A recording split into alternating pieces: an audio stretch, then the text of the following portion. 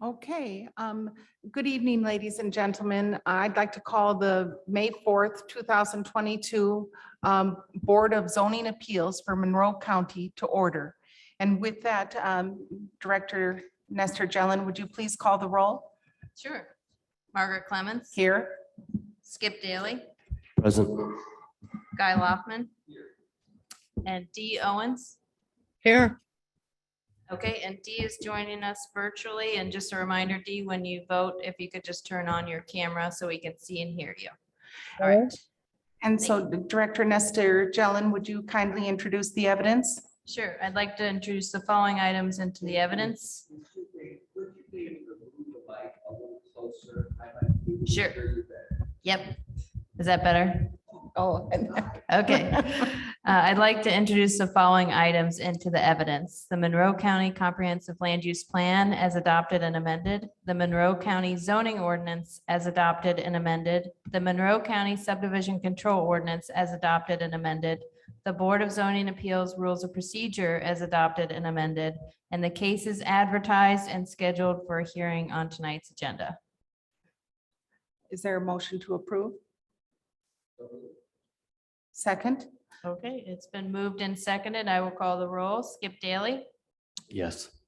Guy Loftman. Dee Owens, Yes. Margaret Clemens. Yes. Motion carries. Okay, so the agenda has been approved and it's been amended just for anyone who's in the audience or online. There are two cases that have been continued and they are cases 3, 4, 5, and 6 having to do with Park Avenue Revocable Trust. And also items 11, 12, and 13, the Barker minimum lot size variance to chapter 804. And so if you're here to speak or be involved with that issue, please know that we will not be discussing it tonight. Okay, so thank you. Now, the next item on our agenda is the approval of minutes. Now, we can either have motions to approve these individually or collectively. And I leave it to my colleagues on the Board of Zoning Appeals to determine how you would like to move. Yes.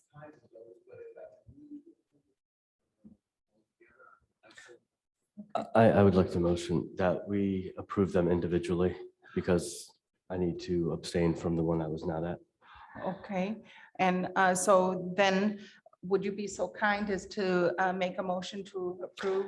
I make a motion to approve the minutes individually, starting with October 6, 2021. I second that. Okay, move and second to approve October 6, 2021 minutes. I will call the roll. Guy Loftman. He's allowed to vote even though he was not present? Yes. Yes, so you were, okay. Dee Owens, I'll abstain. Margaret Clemens, Yes, Skip Daly. Yes. Okay, motion carries 3-0. I move.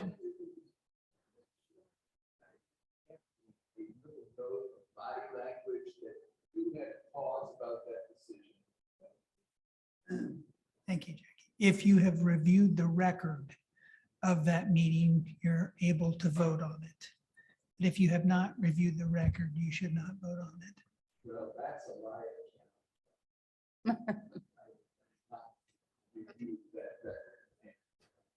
Thus ask my vote to be. Okay, You have to approve that. we can, we'll Okay. go ahead and make the motion again and I'll recall the votes. Okay, so so the move is to recall the votes on the approval of the minutes of the October 6th meeting. And Ms. Nestor Jelen, would you Yes. please call the roll? Dee Owens, I'm going to abstain. Margaret Clemens, Yes, Skip Daly. Yes. Guy Loftman. Well, this is to retract. this is to retract your last vote. Yes. Okay, so it's been retracted by a vote of 3-0. And it sounds like we might not be able to have a quorum to do any of the minutes. I'm not sure. That's right. Okay, Um, so you can either. I would like to motion that we Continue. table this until the next meeting. Okay, Yes, and I would kindly request of my colleagues on the Board of Zoning Appeals, if you would review the tapes and the CATS record for the October 6th, November 3rd, the December 1st, and January 5th meeting, so that we can approve those with dispatch. I'd be most grateful. So thank you so much. Now, I we, believe you have to second the motion to table oh, this yes, until the next so- meeting. second. Okay. It's been moved and seconded to continue the remaining meeting minutes or all of the meeting minutes to the June BZA meeting. I'll call the roll. Dee Owens, Yes. Margaret Clemens. Yes, Skip Daly. Yes. Guy Loftman. Okay, it's been moved and seconded and approved to continue the minutes. okay. The first item on the agenda tonight is administrative business. Is there any administrative business to discuss, Ms. Director Nestor Jelen? I don't believe I have anything. Okay, on to old business. Items 1 and 2 on the agenda have to do with variance 22-1A, BB profiled landscaping variance to chapter 830, and variance 22-1B, BB profile surfacing requirement to chapter 806 concerning 9.07 plus or minus acre parcel in Richland Township, section 36 at 3432 West Profile Parkway. And Ms. Crecelius, if you would be so kind as to present this to us, I'd be most grateful. Thank you, Margaret. So this is an update. Test, there we go, a little closer. Absolutely. So this is an update. We heard this variance request in January of this year. The original request and this one as well is variance requests from landscaping to chapter 830 and surfacing from chapter 806. So this property is a platted lot within the Pinnacle Business Park major subdivision. This is lot 5 off of the somewhat recently constructed Profile Parkway. So the original request was to waive all landscaping and the requirement to pave the original lot. This bottom right photo, as you can see, is what the site is currently looks like. There is a commercial site plan that has been filed and is pending final review and also pending the result of these variances. So the petitioner, the petition was continued from January's meeting simply to obtain more information regarding what actual landscaping requirements would be needed. And also just to address the paving. So the petitioner has worked with their design professional and has identified how much landscaping that they would need and how much area would need to be surfaced. So the updated plans for landscaping shows that they are mainly in compliance, except there are some areas that would be required, such as the eastern and western buffer yards are currently missing from this plan set. So the adjacent properties to the east and the west are currently vacant and would require a buffer yard type B occurring according to chapter 830.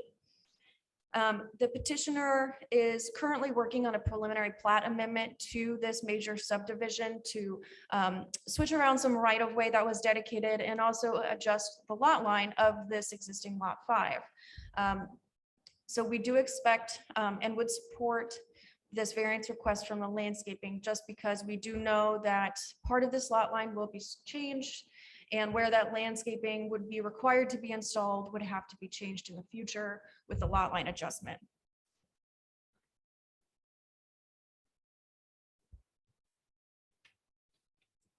So chapter 806, it was required for the area to be fully paved where they would be storing the Duke utility poles.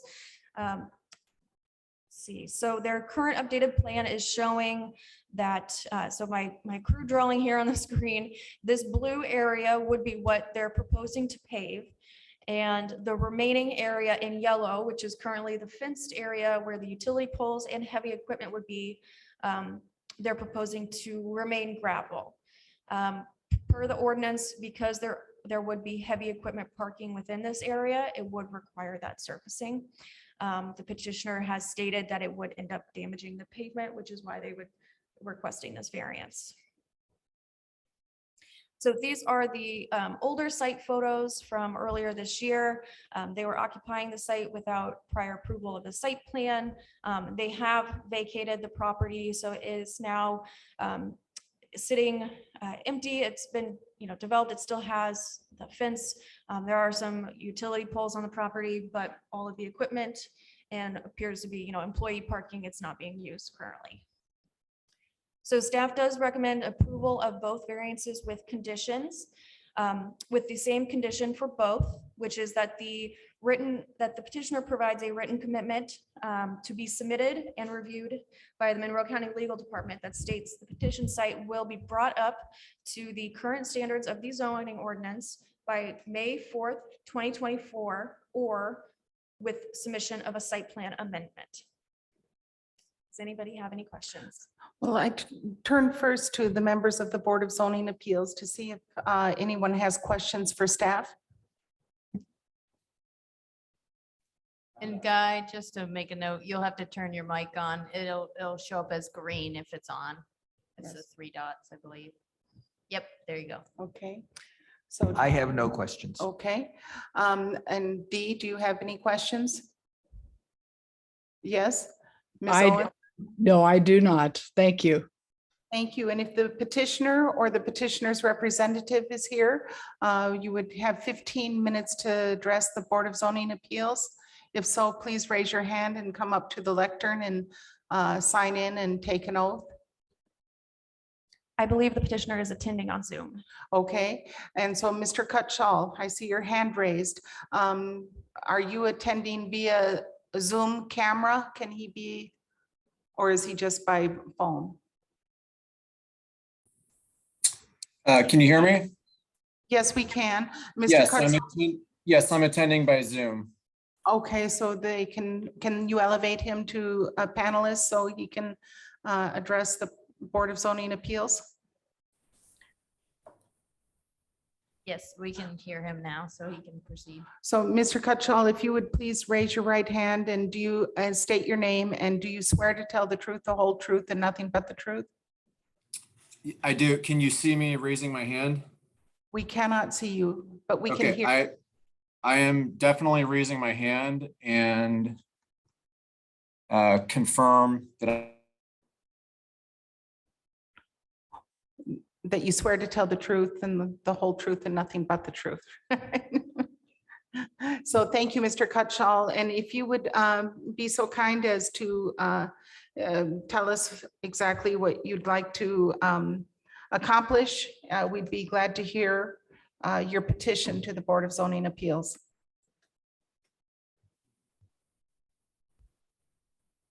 So I'm raising my hand. Sorry, I was having some technical difficulties. Can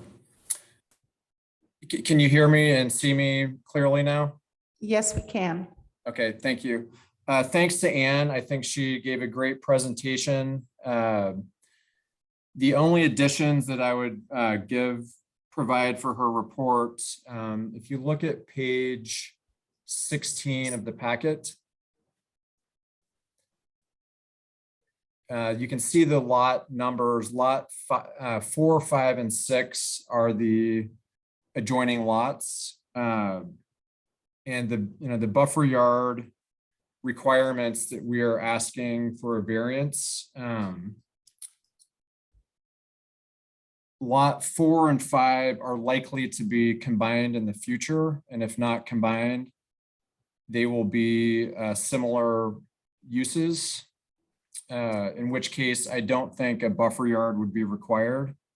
So that's part of our reasoning for requesting that variance. We are fully intending to comply with all of the profile frontage requirements. And then on the lot 5 and 6 boundary, there is an existing buffer yard for pretty much the southern half of that. The northern portion of that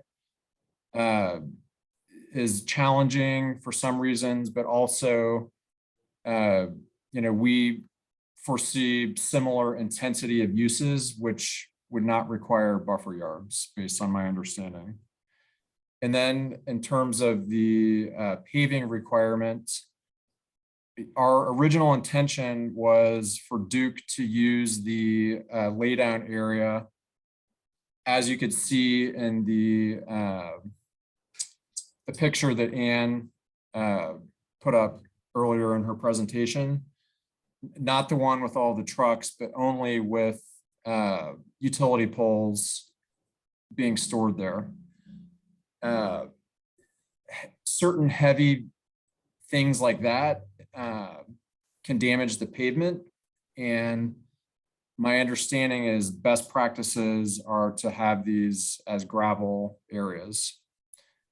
When they did bring in bucket trucks, those trucks have outriggers, and during the summertime, that's also a reason that we're requesting the variance. If they have heavy trucks with outriggers, it would damage the pavement. That is not our primary intention for this lot, or Duke's primary intention, which is more of a material storage yard while they complete transmission lines to, I think, 2 different projects within the county.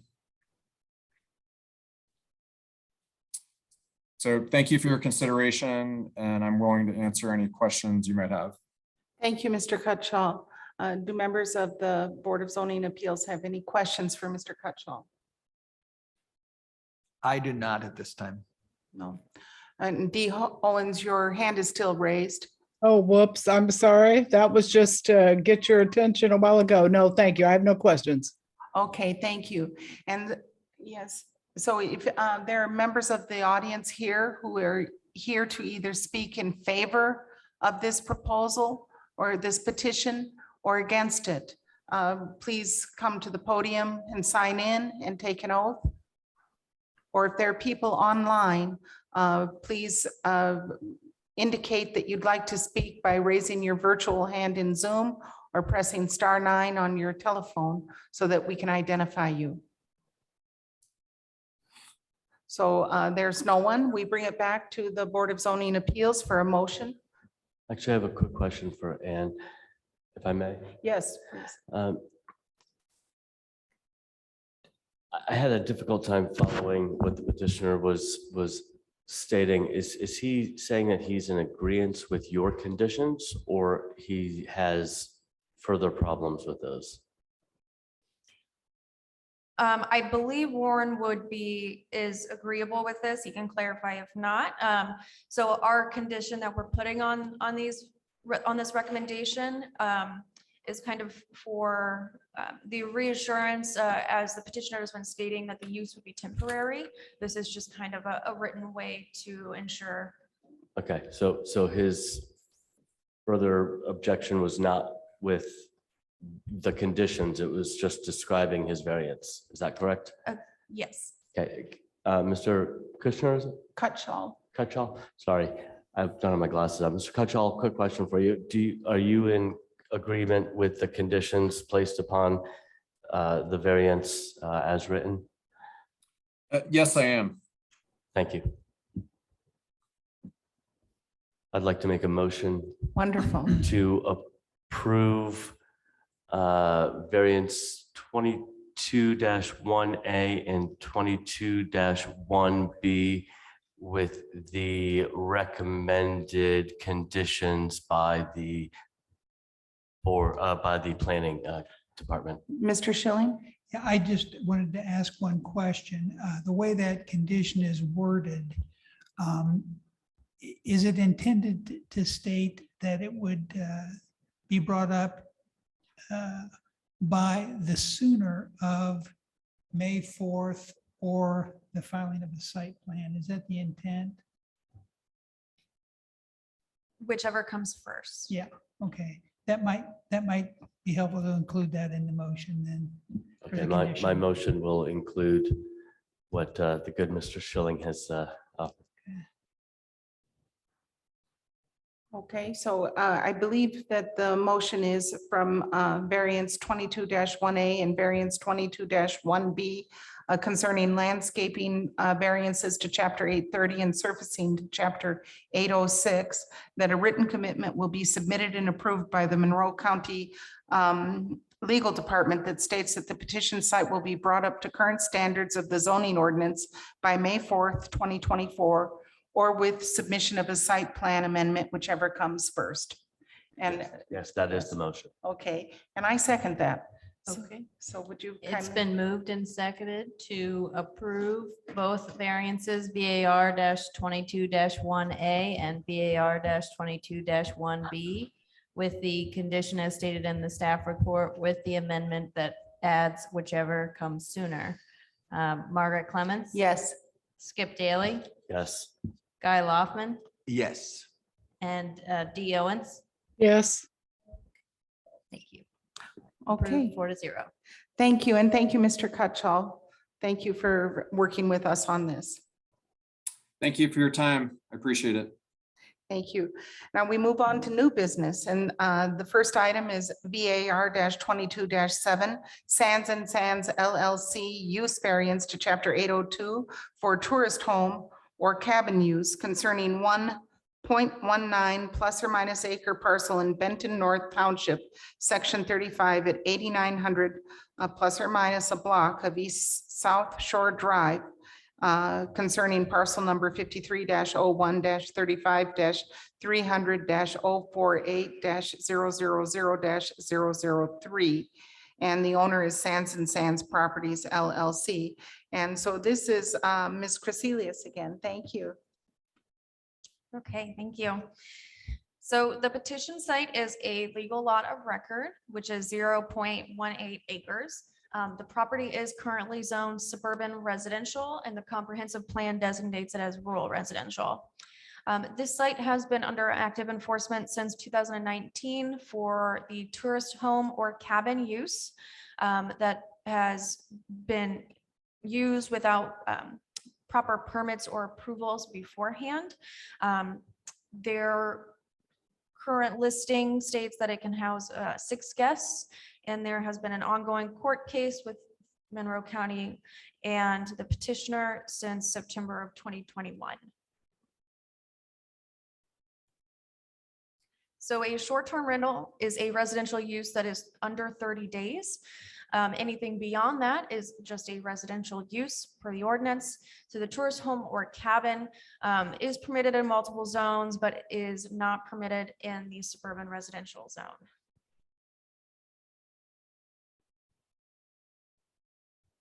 So there are some additional requirements to have a tourist home or cabin. I'm going to run through those here. I will include the initial requirement, which would be listed here under A, a note from staff, and then the petitioner provided responses to us to these conditions. This is a use variance, so we are not necessarily looking, this is not a request from any of these specific conditions, but they are to be taken into consideration for approving the entire use or not. So a tourist home or cabin must meet or exceed the minimum lot size and also the infrastructure facilities that would be required by the zoning district. So the site is currently pre-existing non-conforming under chapter 803. Approval of this use variance would trigger compliance with the minimum lot size and the side yard setback requirements. The minimum lot size for this zoning district is 1 acre. And it appears that the existing structure is encroaching into the side yard setback of 5 feet. There is no information regarding the existing septic system.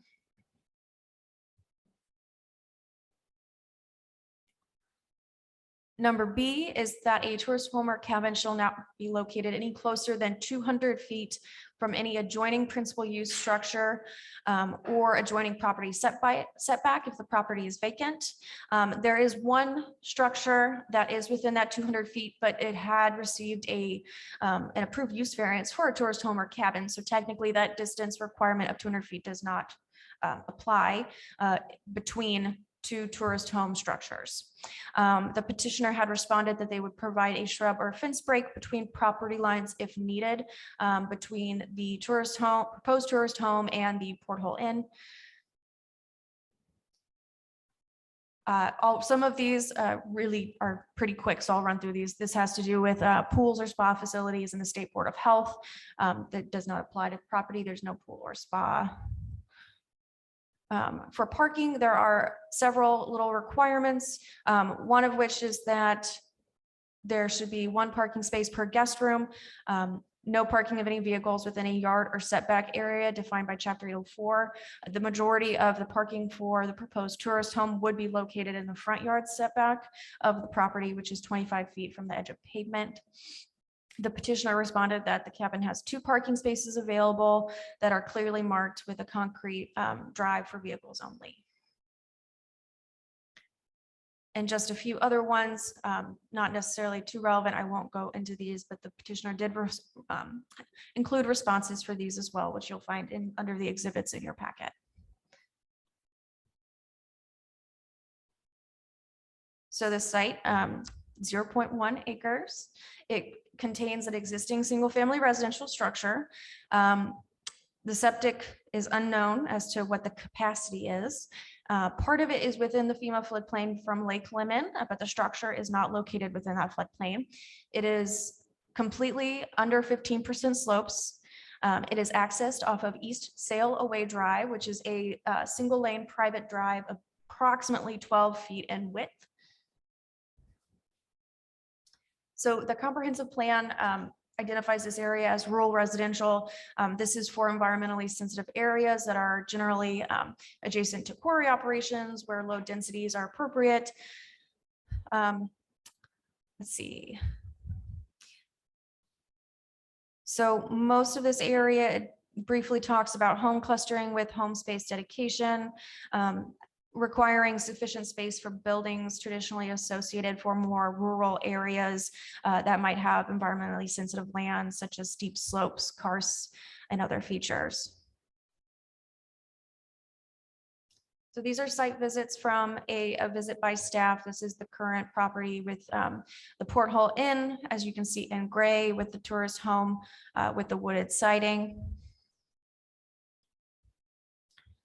This is the Airbnb listing as of April 26th of this year. So it is listed still currently with advertised as being able to accommodate 6 guests. We have received a number of letters of support and letters of remonstrance. I have included a packet to the Board of Zoning Appeals members of the letters that I received after our packet was published. So they received that today before the meeting. These images here in the next few slides are those ones that were not included in the packet. So there were 7 total that are not listed in your packet that I will not read out loud, but I will just skip through these briefly.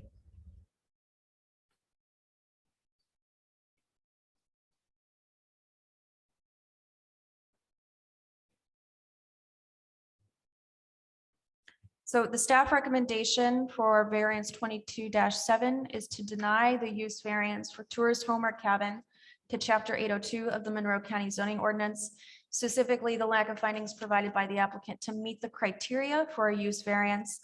And I do have the criteria for a use variance on the next slide if we'd like to review that. I think it would be good, Ann, if you just pulled up the criteria for the use variance on that slide and then we can.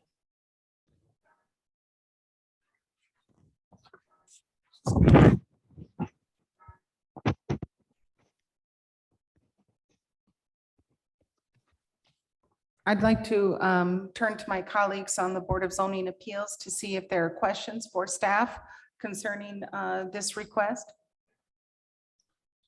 I have a question, Yes, Ms. Owens. or maybe a couple. I know you didn't write the law, but why is this tourist or cabin thing 4 people and not 6? Does anybody know the rationale for that or the intent of the ordinance? Well, Dee, I do want to mention, I know we went through the findings or the criteria for a tourist home or cabin, but really what we want to also focus on for the basis of this use variance is the criteria for a use variance. And Anne, I think, was simply pointing out that even if granted a use variance, which if you look at the findings, would not meet many of these, including D, which is the strict application of the terms of the zoning ordinance, will constitute an unnecessary hardship if applied to the property for which the variance is sought. So the property is currently being used as a non-permitted use, but there is a residence on the structure. It's able to be used as such, but the tourist home would be a use that they're asking for. So they already have a use on the property, so they would not be able to meet one or more of these conditions, but the tourist home does have conditions that include a limit to the number of guest rooms. I think that was because most tourist homes are in the rural areas, and so they're subject to septic capacity. And so I think there's limitations on number of bedrooms and then guests per bedroom. Okay, thank you. Yeah, there's no, we don't know what the septic situation is, and so you can't even make a judgment there. Also, it said that this was suburban residential, which doesn't require,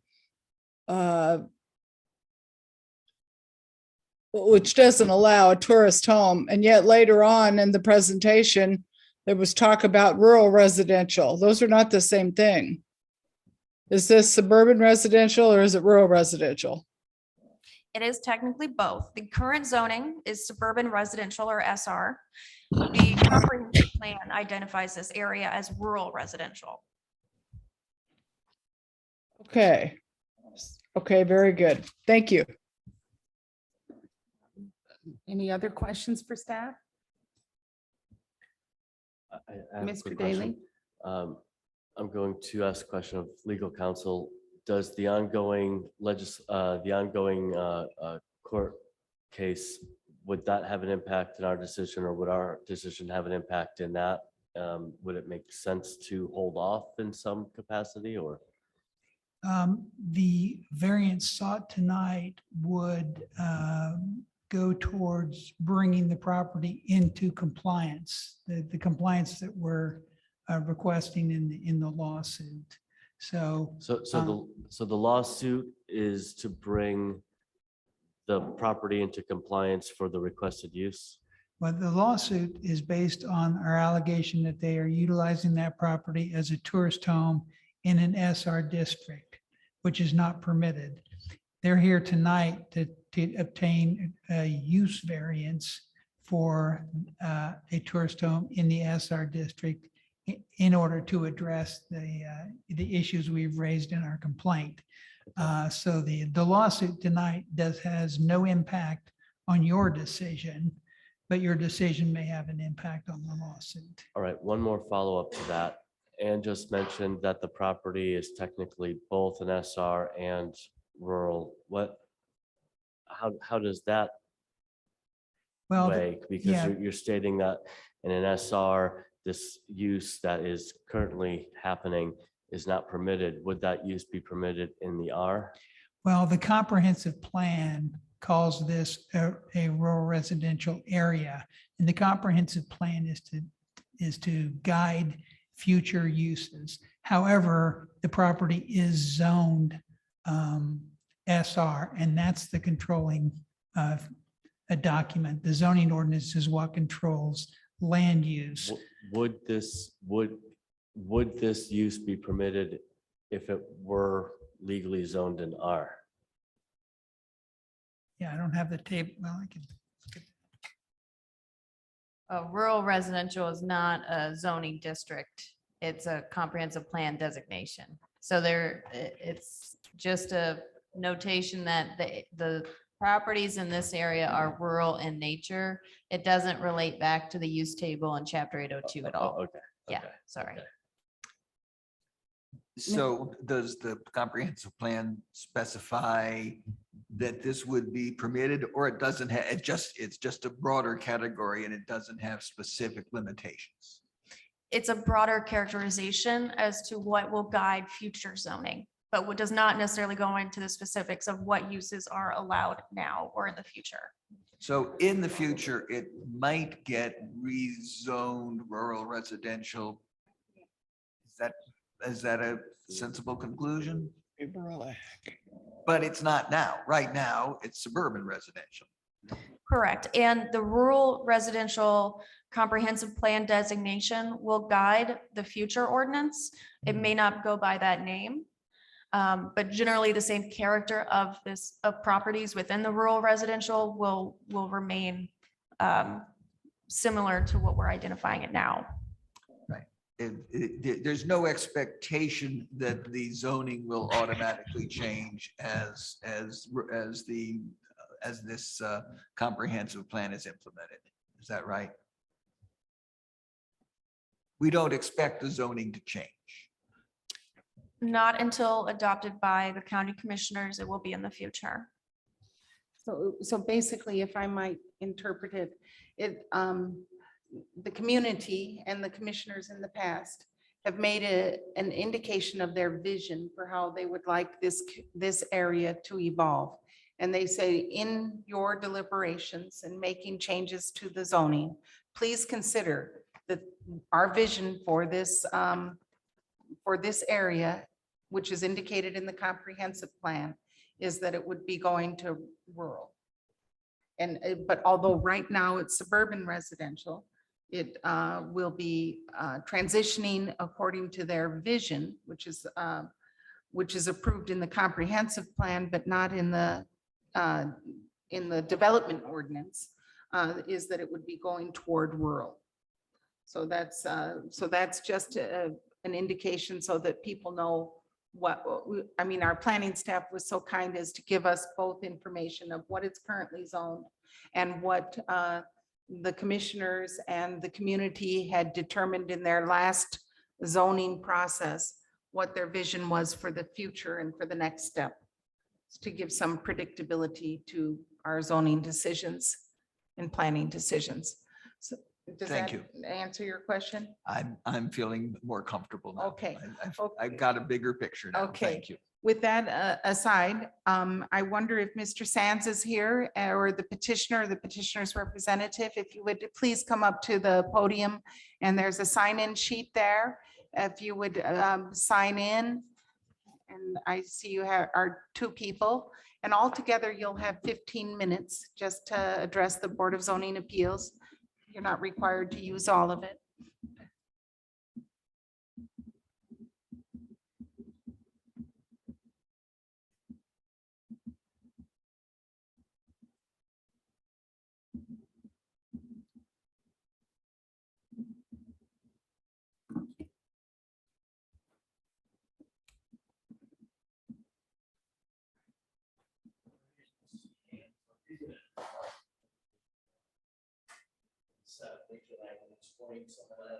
Okay.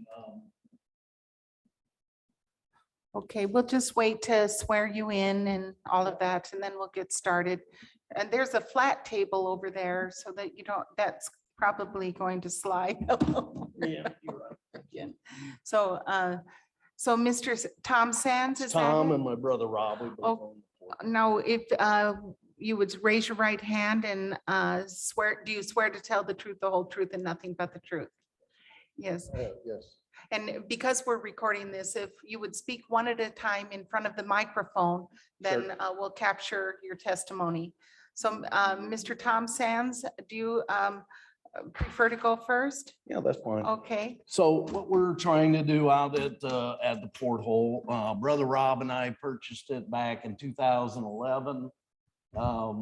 We came in and actually, I submitted some pictures. I don't know if you can throw those up there, and some of the old stuff. So we came in and did a lot of cleanup. We acquired a spot for a dock and a pier out at the lake as well. The whole idea was just to clean it up. I know there's 3 lots out there. 2 of them are grandfathered in under that variance. We're asking for the variance on that particular parcel that you mentioned. We've used this little cabin. When we started out, there was a trailer there. The intent is, well, we were gonna use the parcel as personal use, which we have. We have a large family, families used it. And back in 2019 or 18, or 13, sorry, we built the cabin just so we'd have a place to go. Obviously, I have a place out here since 89 as well. We came in, we cleaned it up, we've added to the lake presence out there. We're asking for the variance on this particular one as a vacation rental, just so we can keep the place alive. This porthole's been there since 1957, so we're 65 plus years old. So it's kind of a historical landmark. I don't know if anybody's been out there, but I would tell you, take a ride. It's very nice. We're doing our portion. He farms, I'm in the roofing business. So we took it upon ourselves to clean it up just so it wouldn't go away. So that's what we're petitioning for, is that particular lot. Could Not you to please speak into the microphone? I'm Sorry. so sorry. That particular lot is what we're only petitioning on for that variance for a vacation rental. So we can help, I mean, it's tax levied out there. So those are just improvements that we do with that little cabin, the money that we make from it. We've upgraded piers like this year, just cleaning it up. So that's primarily used for it. We do have the parking lot. I submitted that to Ann as far as the septic. I just had them out there to do an inspection on it. There's 4 holding tanks out there. They're 1,000 gallons apiece. That's 4,000 gallons plus your leach field. Okay, and we pump it regularly, twice a year. She's recommending 3 times. That's no big deal. We do have it listed. And it has helped keep that porthole alive during this COVID activity and just, keeping it going. I know the residents out there, I don't know how many have actually called in or sent in letters, but I know they love having a restaurant on the lake out there. So we've done our part, I guess, to try to keep that alive. Well, thank you, Mr. Tom Sands, and your brother. Brother Rob, yeah. Rob.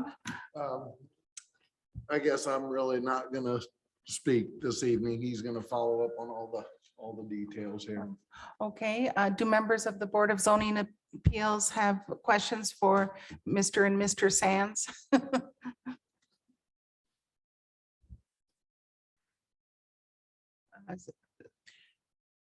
Yes, Mr. Loftman. Is there a septic field Yes, there's a septic field. and is there a septic tank? There's 4, do you have a picture of that, Ann, by any chance? or Well, not? to me, there's septic tanks and there's holding tanks. Well, and they, Holding tanks are well, you're- typically pumped and septic tanks fill up and drain into a field. So I'm a little confused as to There's, whether, so there's 2 septic tanks, okay, one from the porthole and then one from that cabin. They pour into 2 other tanks, and then there's 2 different pumps that go into 2 leach fields. so. The mound system is what is out there. Okay. So it's 2 mounds, and then there's 2 holding tanks so basically you have your gray water going into that, and then it'll be pumped into the mound system. Okay, so Does let me that tell make you if I've got this right. You've got a mound system. It goes into the septic tank where it does its septic Right. process. It goes into a holding tank and then it goes out into the mound and that gives an additional cleaning. Is there a capacity for the field tank in the field that are used for the cabin? They're all combined together. I see. So So everything You goes, flush so the whatever toilet comes, yeah, flush there's, the toilet in the porthole and flush the toilet in the cabin. They all end up in the same There's- systems right, with there's, lots so of, there's 2 different mound systems is how it's set up. out but they're there. So both They both feed. fed into from That's both correct. systems. That's correct. Okay, well, is there a total capacity for this septic system? That, does it say on there, Ann, or not? I don't know. I don't see a capacity. I mean, the porthole is set at 97, if that's what you, 97 or 99 on the occupancy on the load for the porthole. I assume the design of the septic system at the time You got to use the mic or people can't hear. so Robert Sands of Sands and Sands Properties LLC. So the design of the septic, I assume, was designed according to the porthole ends capacity plus the existing trailer that was there when it was originally designed. But and I guess my anxiety is that that trailer probably didn't hold, did it hold with a 6-person trailer? I don't know what the capacity of that. Yeah, trailer so was. that's it, that I'm. I mean, we can back down to 4 occupants. That's not what we're here for. Majority of people that stay there in this little rental cabin is a 2-person cabin on the weekends.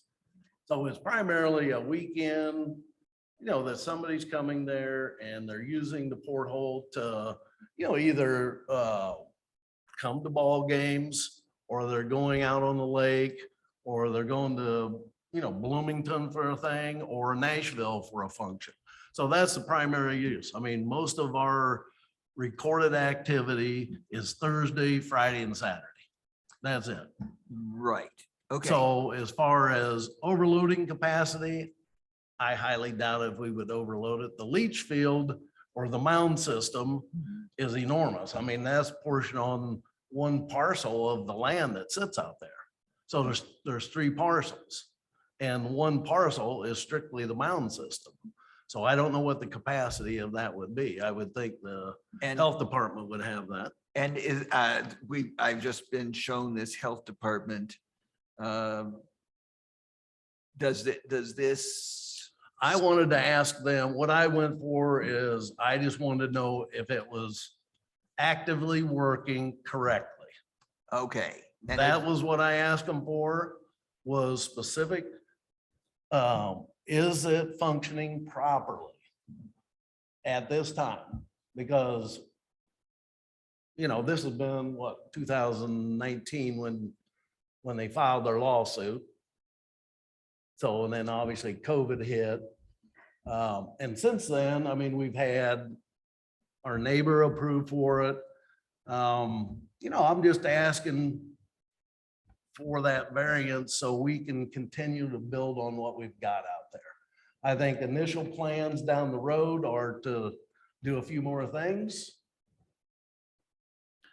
But that's what we're trying to keep that going for future. Yes, you Is want what it to is. support the in part of the porthole. Yeah, inn. exactly.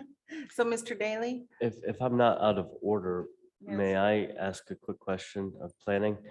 Does the document that Sands and Sands provided you regarding the specifications of the septic, does that satisfy your concerns that were previously mentioned about septic? Well, it's good to know that this information exists. I think we would still most likely want to have a conversation with the health department. So this document that's on the screen is older and it does list a total volume by gallons. I'm not sure what the equivalent in bedrooms is. That is equivalent to bedroom capacity, which is the standard that we use. So it's certainly helpful to know that this information exists. But I wouldn't be able to really offer an opinion on it right now. Yeah, we just realized this was in the system today. So thank you for bringing that. And there's some comments in there by the health department that there's some encroachments from on the septic system. So we'll want to talk to the health department about how they would proceed in this situation. Is this a case that can be decided tonight or not? Well, the criteria for the use variance is such that I think that you could still make that vote happen, and I'm Subject welcome to to hear the, from, legal counsel on that. The criteria that Ann was bringing up was specific for the tourist home to show you that even after a use variance, it's likely that they would have to come back for design standard variances. Mhm. That was the point, that there's sort of double Okay, barriers for this. okay. Well, are there further questions from the members of the Board of Zoning Appeals? Because we need to Well, hear. Let me, it's a staff question. but Yes. Sort of have to Yes. go back and forth here.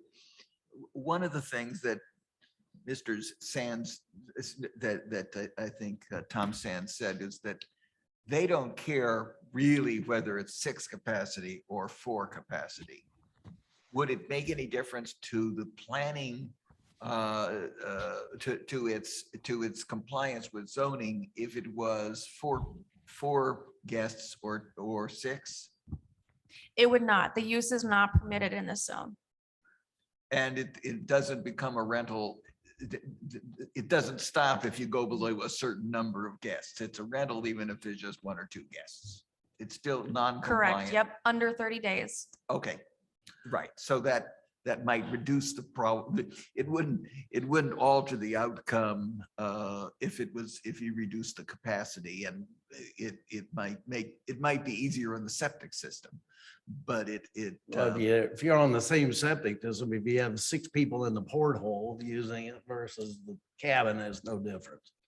well, I understand that. point. yeah, my recollection is that people in the porthole drink beer. Sometimes, yeah. Yeah. And that they probably make ample And they use eat. of the flushes and how much additional strain it has on it from people staying there is important to me, but it doesn't alter the fact that it's non-compliant with zoning. It just makes it a little easier on the lake. And if you pump the tank more frequently, that might help too, but it's not going to bring it into compliance with the guest house. No, I understand that. restrictions. Well, we do have members of the public here, so who would like to speak in favor of this? Mr. and Tom and Mr. Rob Sands, thank you so much for coming, and we may need you back again. So yes, please sign in. Oh, Dee has a question. Oh, if you don't mind just being on standby, ma'am. One of the members of the Board of Zoning Appeals has a question. Dee, sorry. No, that's all right. I just didn't want to jump in because I can't quite see what's happening. This is again, in relation to what I just heard from the gentleman. I'd like to ask staff, those letters that were flashed past us here, that I read all the letters in my packet, but I was of course unable to read those. Could I ask if they were for or against, 3 to 1 or whatever on those letters? That's my first question. Yes, D, there were 7 emails in total. 6 were in support of the use variance being granted, and 1 was in remonstrance against the use variance. Okay, thank you very much. And I'll ask my other question later. Thanks. Thank you, Ms. Owens. Okay. Yes, would you please state your name and raise your right hand? My name is Sarah Gail Tala. And do you swear to tell the truth, the whole truth, and nothing but the truth? I do. Okay, thank you. I've lived at the lake for 38 years. I lived directly across the street from the porthole.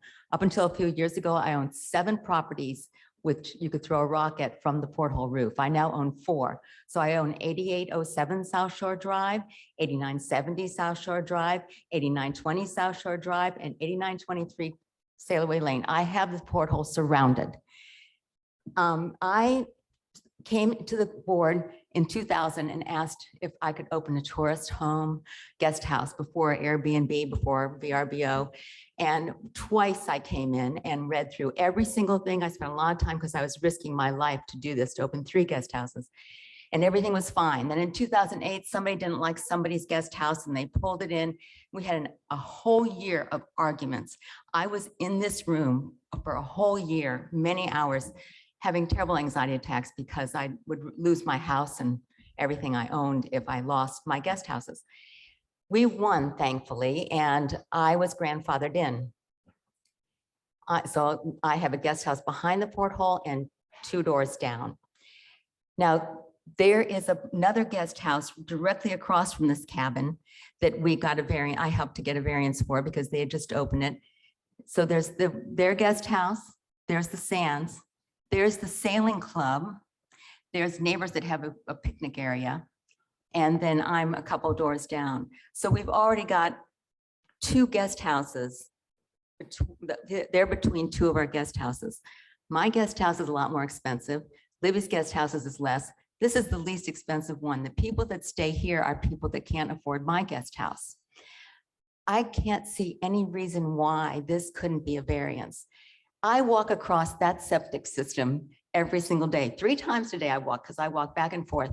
I have installed over 7 septic systems on my properties. I've tore septic plants. I would have had another career, I would have worked for the health department. And I assure you, in my feelings, is that septic tank is overkill. I watched it go in, it's huge, there's never a problem.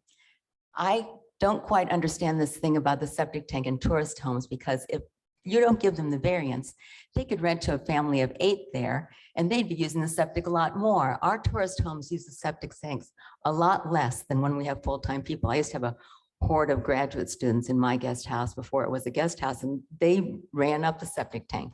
We all have to be really careful with our septic tanks, because no one's going to want to stay in a tourist home if the septic tank smells. I am very active with the Lake Lemon Conservancy District. I go to their meetings. We want to save the lake. One of the ways we need to save the lake is we need more money. We need more people coming in. Their tourist home provides people that come in, pay to go into Riddle Point, pay to get a fishing permit, pay to get their boat in the water. It helps the lake to have tourists home there. There's the porthole, Libby's tourist home, my tourist home in there in the middle. There's no reason why they're any different than we are. And there's no strain, I feel, on the septic tank. And I can't see any reason not to do this. I fought for a whole year to have my tourist home, and I want to say I would fight for them too, because I think it's a very good idea. And especially since people that can't afford my tourist home are there. I walk by it all the time. I say hi to the people. I see the type of people there, and it's nice that the people can come that can't afford the more expensive ones, and that they are buying our fishing permits. So like I said, I own 4 houses surrounding it, and I totally support this. I totally feel like their septic is more than adequate, that if you changed it from being a tourist home to a residential, it's going to be more of a strain on it. So I'm very, very much appealing as a person that's been in this business since the 2001. And I've been in that location for 38 years, witnessing everything that happens at Porthole. The Sands brothers have cleaned it up immensely. So I'm really strongly requesting that you pass for them to have a tourist home there. Thank you. Well, thank you for illustrating for us the community. Thank you. Are there other members here in person who would like to speak in favor of this proposal? And Margaret, just a note, did you want to set a time limit for individual responses? You'll have to make a motion to do Yes. that if so. well, it's normally 3 minutes by our code, isn't it?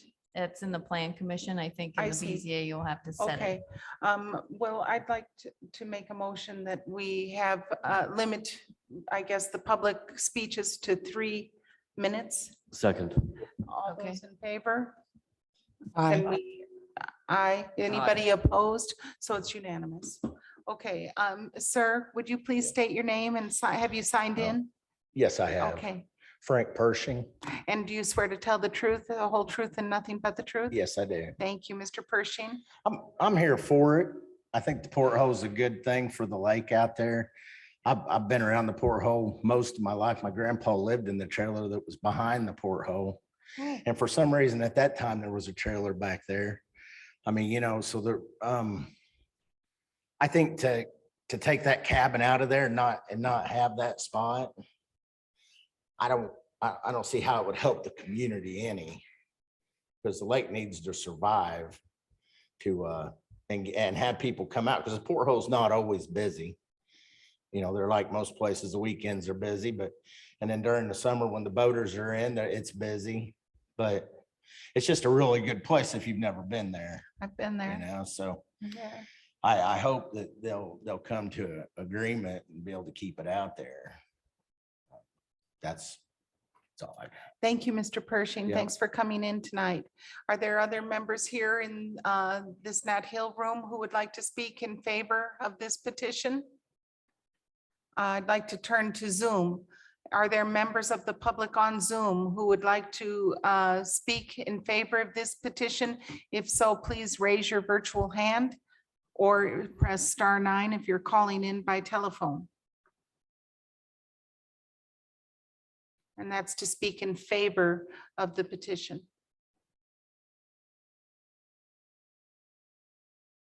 No, then I'm going to ask, are there members of the public here in this room who would like to speak in opposition to this petition?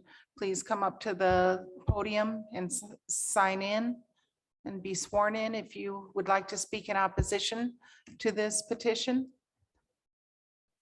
Okay, now are there members of the public who are on Zoom or the telephone who would like to speak in opposition to the petition? And if so, please raise your virtual hand or press *9 on your telephone so that we can hear your statements. Okay, I come back to the board, members of the Board of Zoning Appeals for further discussion and or a motion. Yeah, I'd like to ask some more questions, actually, if I Yes. could. Thank Yes. you. You know that this is suburban residential. The comprehensive plan is looking at it as rural residential. I've heard about 2 businesses right there. The lots are small and packed side by side. That doesn't strike me as very rural, even though that may be what we'd like to do in the future. I don't see that right on Lake Lemon.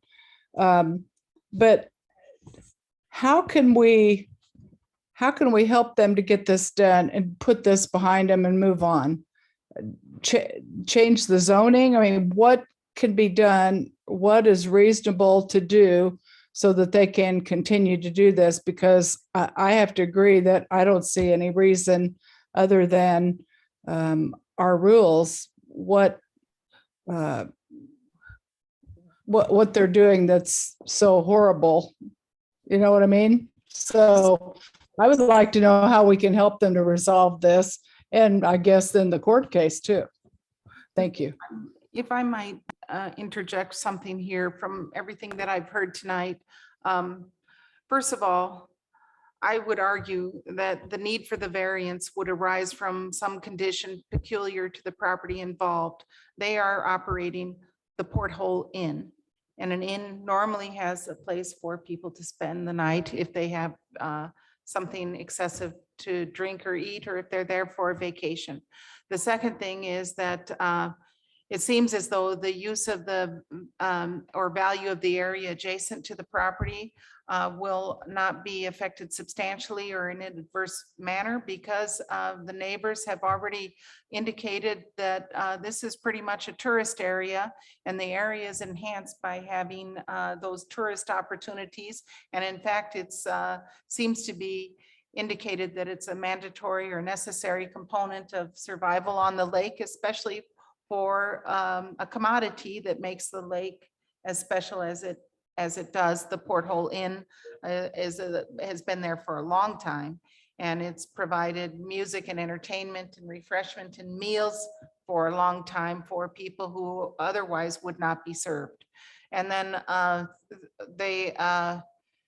the petitioner has already stated too that the strict application of the terms of the zoning ordinance would constitute an unnecessary hardship if applied to the property, because that was tested in full throughout COVID, that the tourist cabin kept them afloat. And that's a blessing because of the unique services I believe that you supply and that are enjoyed by the community that wrote in and who vacation here. You help to make it a special place. So I feel that it's been there for a long time, whether in terms of the trailer structure or in terms of really an improved tourist opportunity for staying, that it enhances the area. So I think I have pretty much made the case for approving, making a motion to approve the request for the variance. And, you know, it matters to me that the community has pretty much supported this. And I wonder how my colleagues on the Board of Zoning Appeals feel about that. I'll second it when they're done talking. So then that's a motion and a second. So could we have the roll, Ms. Nestor Jellet?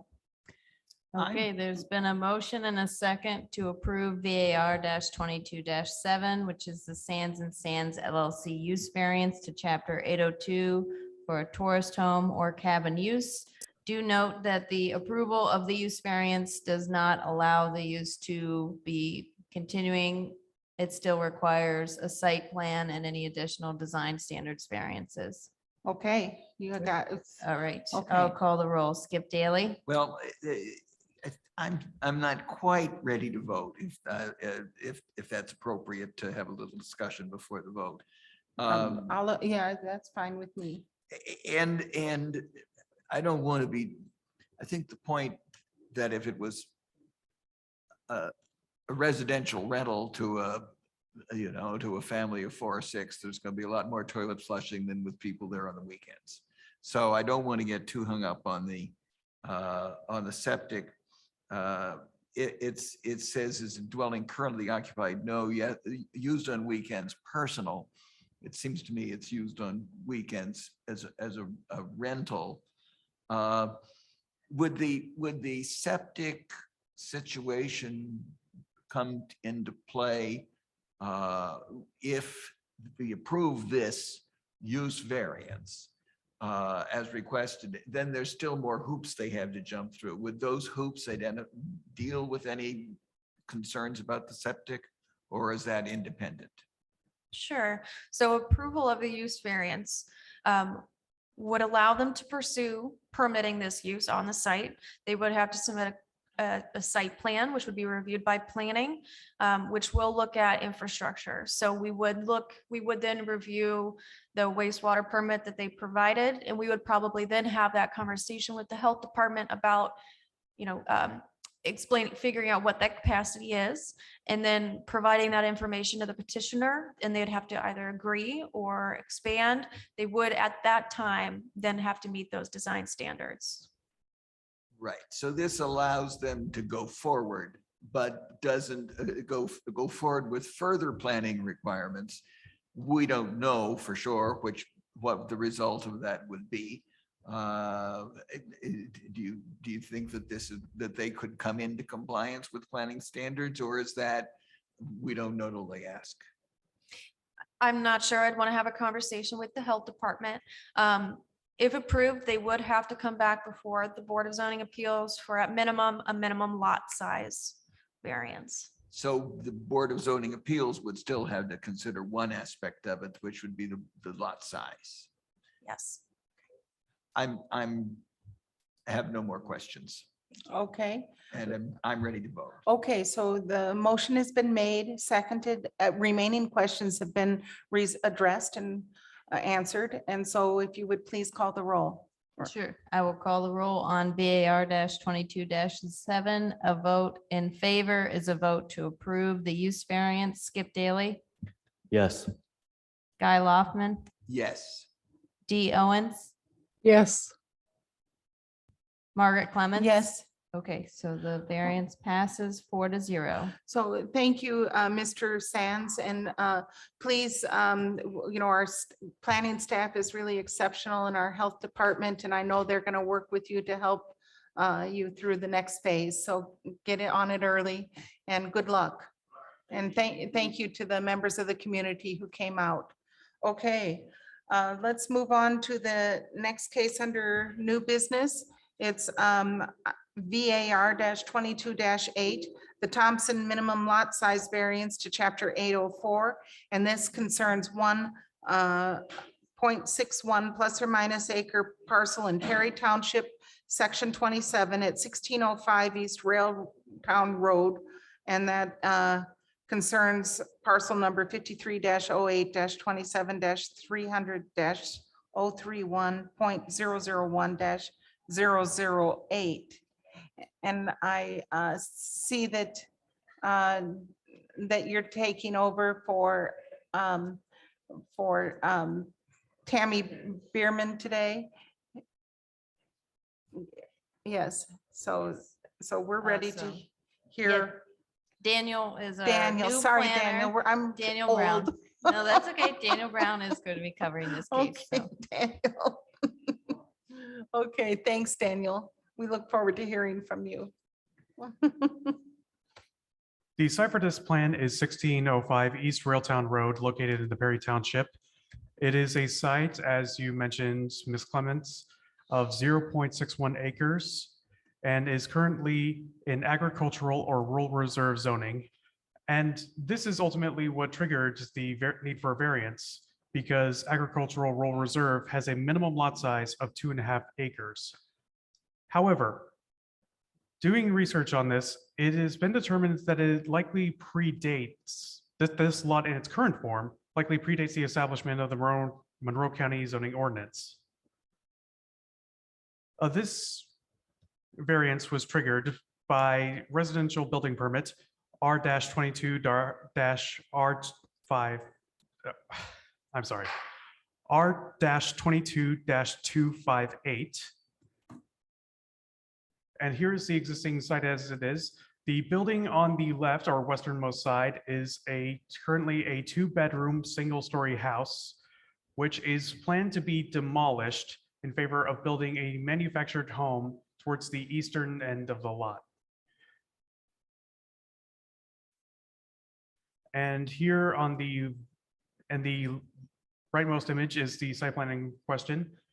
The septic tank has been determined to be adequate for a two-bedroom house by the health department, and the resulting new manufactured home will be a very modestly sized 1-story home measuring 1,056 square feet. The motion, well, the staff recommendation is to approve the minimal lot size variance. Reasoning being that the lot in question seems to be a pre-existing non-conforming lot. We do, however, request that a demolition permit also be applied for, so the existing home can be demolished. Oh, thank you, Daniel. That was really great. Do members of the Board of Zoning Appeals have questions for staff or for Daniel? Is the house that is to be demolished occupied now? I believe it currently is. The owner, as I understand it, is lending it out to a tenant. Yes, he says in this letter, my tenant suggested that as opposed to pouring money into the older house, why don't I replace it with a trailer? Thank you. Thank you. Thank you. Any other questions for staff? If not, we'll turn to the petitioner.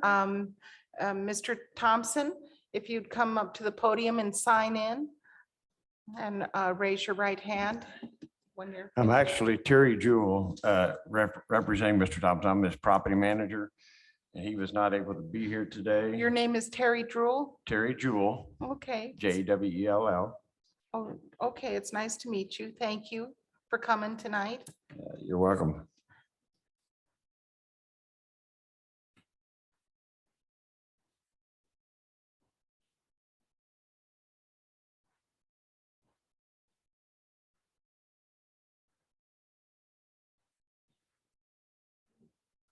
And would you swear to tell the truth, the whole truth, and nothing but the truth? Mr. Yes, Drool? yes, I do. Thank you. So you have about 15 minutes, up to 15 minutes to talk with us. First, I have the letter from Mr. Thompson, it's agreeing from David Thompson. I own 1605 East Raytown Road. I purchased this in Pacific with the tenant that's there in mind many years ago. It has suited her needs and provides a garage space for her husband to do tinkering on cars and whatever. They love the location, love the house, except it is experiencing some troubles with windows bowing and doors not opening properly and stuff. And they asked if we could replace the property with a mobile home that they could move to. And that's why we're here, is getting that permission to be able to do that. And then demolishing the current home that's on there. Okay. Do you have any questions for Mr. Jewell? Okay. Well, that's wonderful. That makes kind of very logical sense. So I'm going to open it up to the members of the public who may want to speak in favor or opposition to this. Is there anyone here who would like to speak in favor of this case? And then on Zoom, if there's anyone on Zoom who would like to speak in favor of this case, please raise your virtual hand or press *9 on the telephone to be recognized. And meanwhile, is there anyone here to speak in opposition to this case? Either in person, on Zoom, or on the telephone, please raise your hand, come up to the podium, or press *9 to be recognized. Okay, I don't see any. I turn back to the board members of the Board of Zoning Appeals for further discussion and or a motion. I have none. Yes, No, I have no questions. yes, Dee. So if no one else has questions, then I could make the motion. Did I? I do have a Okay, question. go ahead. Mhm. As I understand it, the intention is to first move the mobile home in and then demolish the old house. Is that correct? Yes. Yeah. So is there, not to think that these people would do it, but is there any reason to believe that they might move the mobile home in and keep renting the house just for a little while till they can? So we are, as Daniel mentioned in his last slide, what we have people do is apply simultaneously for a demolition permit and a building permit. And both of those would be effective for the same time period. So they're effective for 2 years for planning, improvement, location permit, and 1 year for the building department. Before the occupancy of the new manufactured home is released, we would actually then at that point verify that the other home has been demolished. Well, I'm not concerned about this case, but it seems like a very good policy, and thank you for making me feel confident. Sure. Okay, back to Ms. Owens for her motion. All right. Yeah, in the matter of variance 22-8, the Thompson minimum lot size variance, I would like to move that we approve that with the condition that the demolition permit is also applied for at the same time, per the discussion that we just heard. I second that.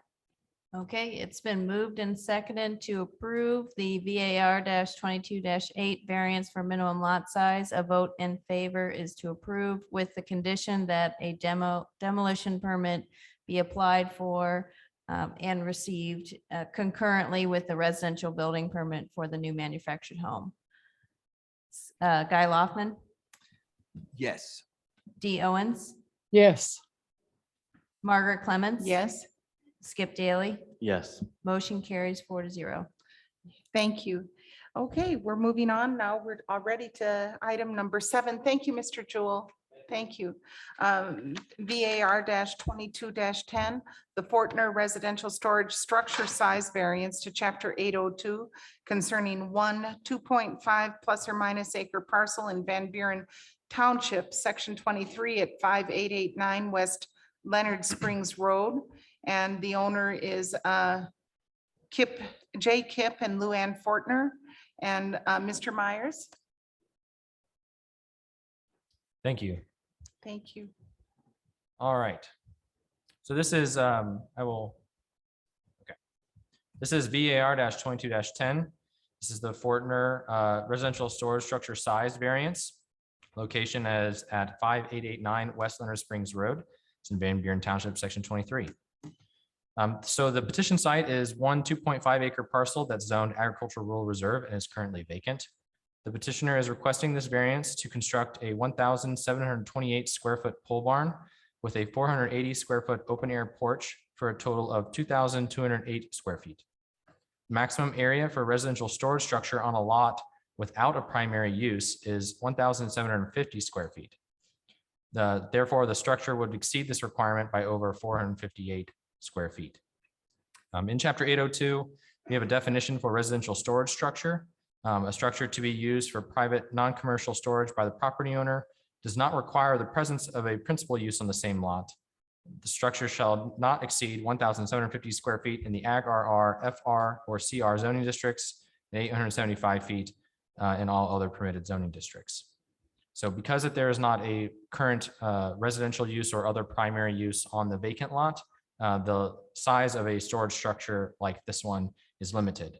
And since it's going over that size, they have applied for the variance tonight. This property is also listed as Lot 2 of the Benninghoff minor subdivision. We have a copy of that plat in the staff report. The property is also serviced, it has access off of West Leonard Springs Road via a 50-foot ingress, egress, and utility easement. The lot just north of it is also owned by the property owner. So these two lots that are adjacent to each other, running north and south, are owned by the Fortners.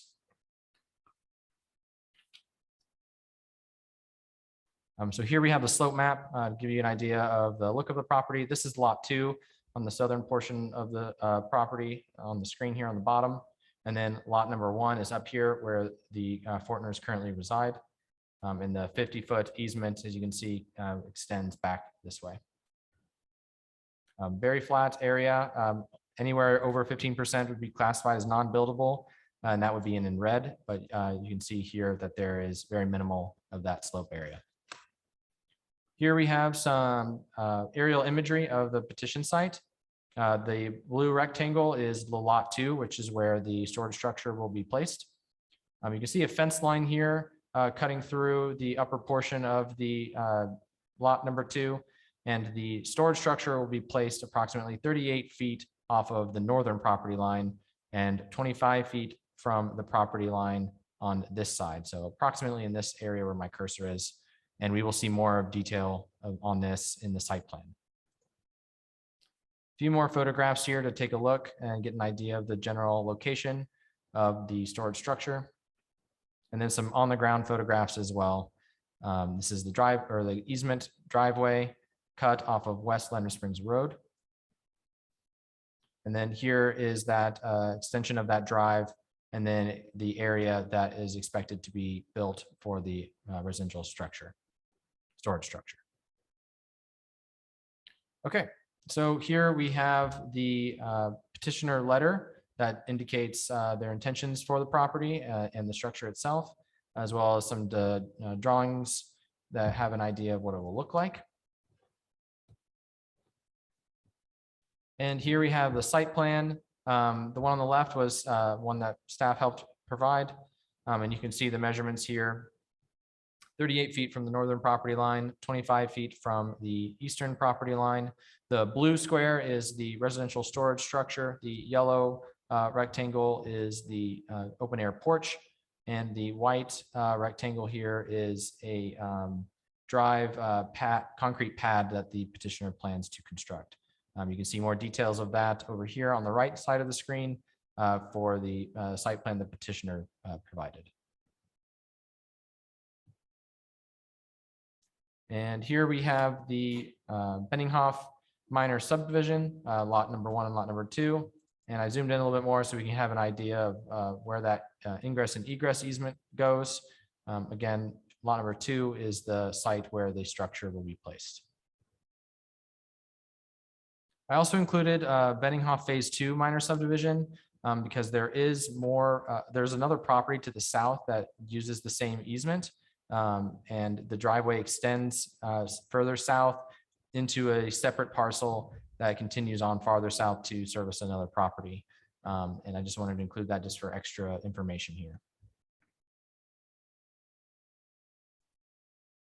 All right, so here we have some more. Actually, these two are letters that were received very recently in support of the petition by neighbors. I believe these were actually submitted this afternoon. Therefore, they were not included in the staff report, but they are here this evening. Okay, so that leads us to the staff's recommendation. Staff had a long conversation via email with the petitioner about their options for this particular site and their goals here with building a residential storage structure on the property. There were a number of different avenues, including combining the two lots into one. That would eliminate the need for the variance because there would be a primary property or residence on the property, and that would make the maximum size would no longer apply. But however, that is something that they did not want to pursue. They wanted to maintain that the second lot would be its own lot of record. And there was also other suggestions of placement of the structure, maybe on lot number 1. But again, the petitioner stated that they didn't want it on lot 1. They wanted it on lot 2. And they had several different reasons for that I'm sure that they will communicate this evening. So overall, planning staff recommends denial of the variance request, citing that there are no practical difficulties. The residential storage structure size issue can be more effectively addressed through a reduction in size of the proposed structure or by combining the lots, lot 1 and 2 for planning and zoning purposes. I will now take any questions. Oh, Ms. Owens? Thank you very much, Madam Chair. I could not tell, and I couldn't even tell from your presentation here, Drew, that about stepping on the easement. If they move the structure a little bit away from that, almost in the corner, does that in any way step on the easement? Is the easement the red lines on this picture you're showing, or? I couldn't tell where it was when I looked at the materials. Because I don't know what I'm looking for. Okay. Yes, so the easement from their property line, if we look at the platted subdivision, it's a Okay. 50-foot ingress egress easement. And so 25 feet going off of, so north is on your right side of the screen. Okay. So extending west off of this property line, 25 feet is where the edge of the easement is. There is a 15-foot side yard setback that's encapsulated by this easement in this area. And the petitioner is planning on being 25 feet from the property line. So they'd be right along the edge of the easement for this structure. Okay, so they did take that into account then. Correct. Okay. And then the other thing is, if you have 1,728 feet under roof, and yet you have an open porch, why in the world is that counted as living space? So the measurement isn't actually on living space. It's just square footage of the structure. And anything that is covered counts towards the square footage calculation. Okay. And that's it. Thank you. Do other members of the Board of Zoning Appeals have questions for staff? The reason what changes, why is it they could do it if they combine the lots, but they can't if they don't? What is it that makes that important to the size of this building?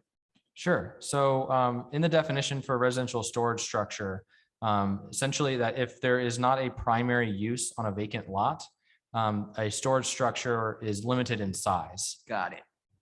So if it was what, there would be a residential use, and then that would change the category, since on this unimproved lot would be part of an improved lot, and it would fall in a different category. Got it. Thank you. Okay, is Mr. or Mrs. Fortner here? And would you like to address I see you're on Zoom. We'll wait for the bells to quit ringing. And I don't know if you can elevate them so they can turn the video on or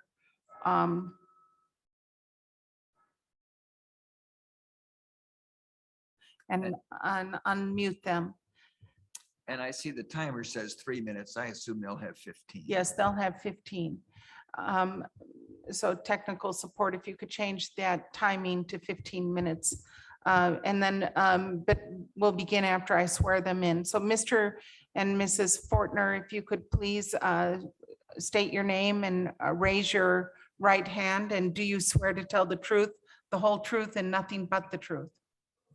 Hi, Kip James Fortner. I do swear to tell the truth. Hi, Lou Ann Fortner. I also swear to tell the truth. Thank you so much. So yes, you have 15 minutes to address, up to 15 minutes to address the Board of Zoning Appeals about what your motivations are and what your appeal is. Okay, thank you very much. First, we'd like to thank you all for considering our variance request. Bottom line, we're building this building just because, you know, we need the extra room. We have various vehicles that we would like to park in this, along with my husband being able to have an area where he can put all of his power tools and tinker as well. But the variance comes in just because we would like to include an open air porch on the rear of this building, so that we can, you know, sit there and look at our property and enjoy our property.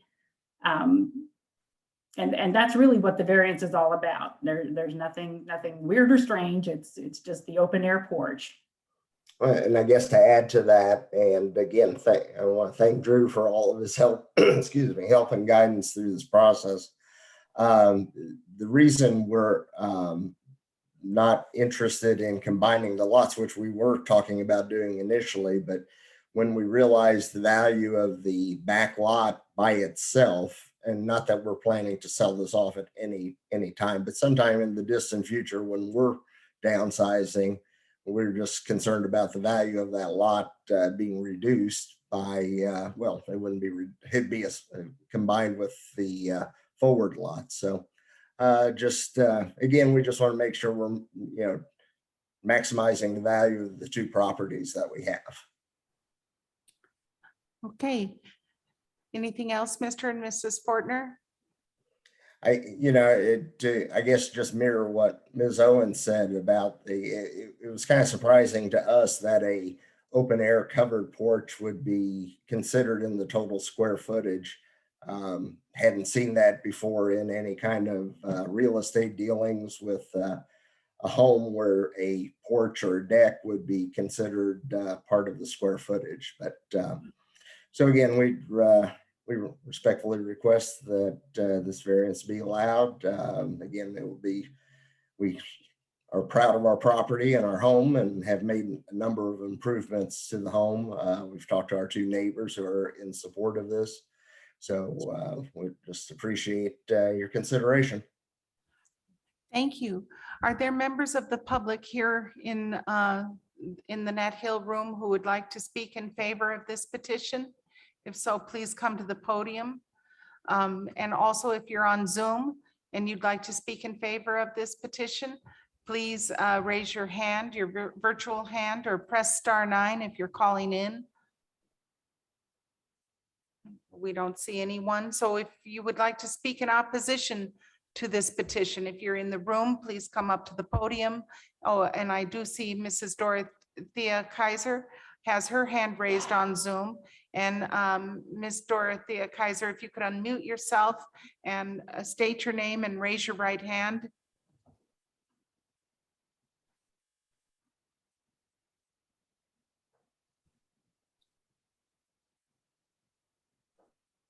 Mrs. Dorothea Kaiser, if you're there.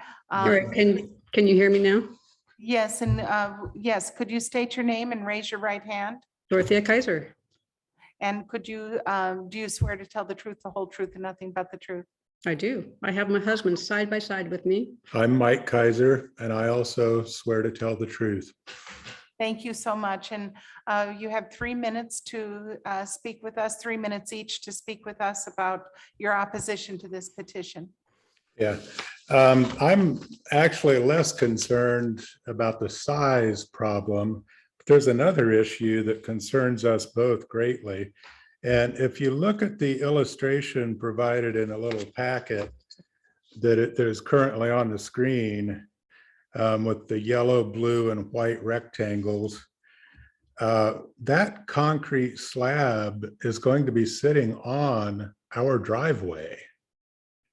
And I'm just puzzled as to how that is supposed to work out. So what happens is we have 25 foot of easement off of their property, and they're proposing to put a 20-foot slab into our 25-foot easement. And our driveway runs right there. It will literally be on our existing gravel driveway. So that was the first point of issue, and the main one really was the location of this lab. But there were other questions that came around.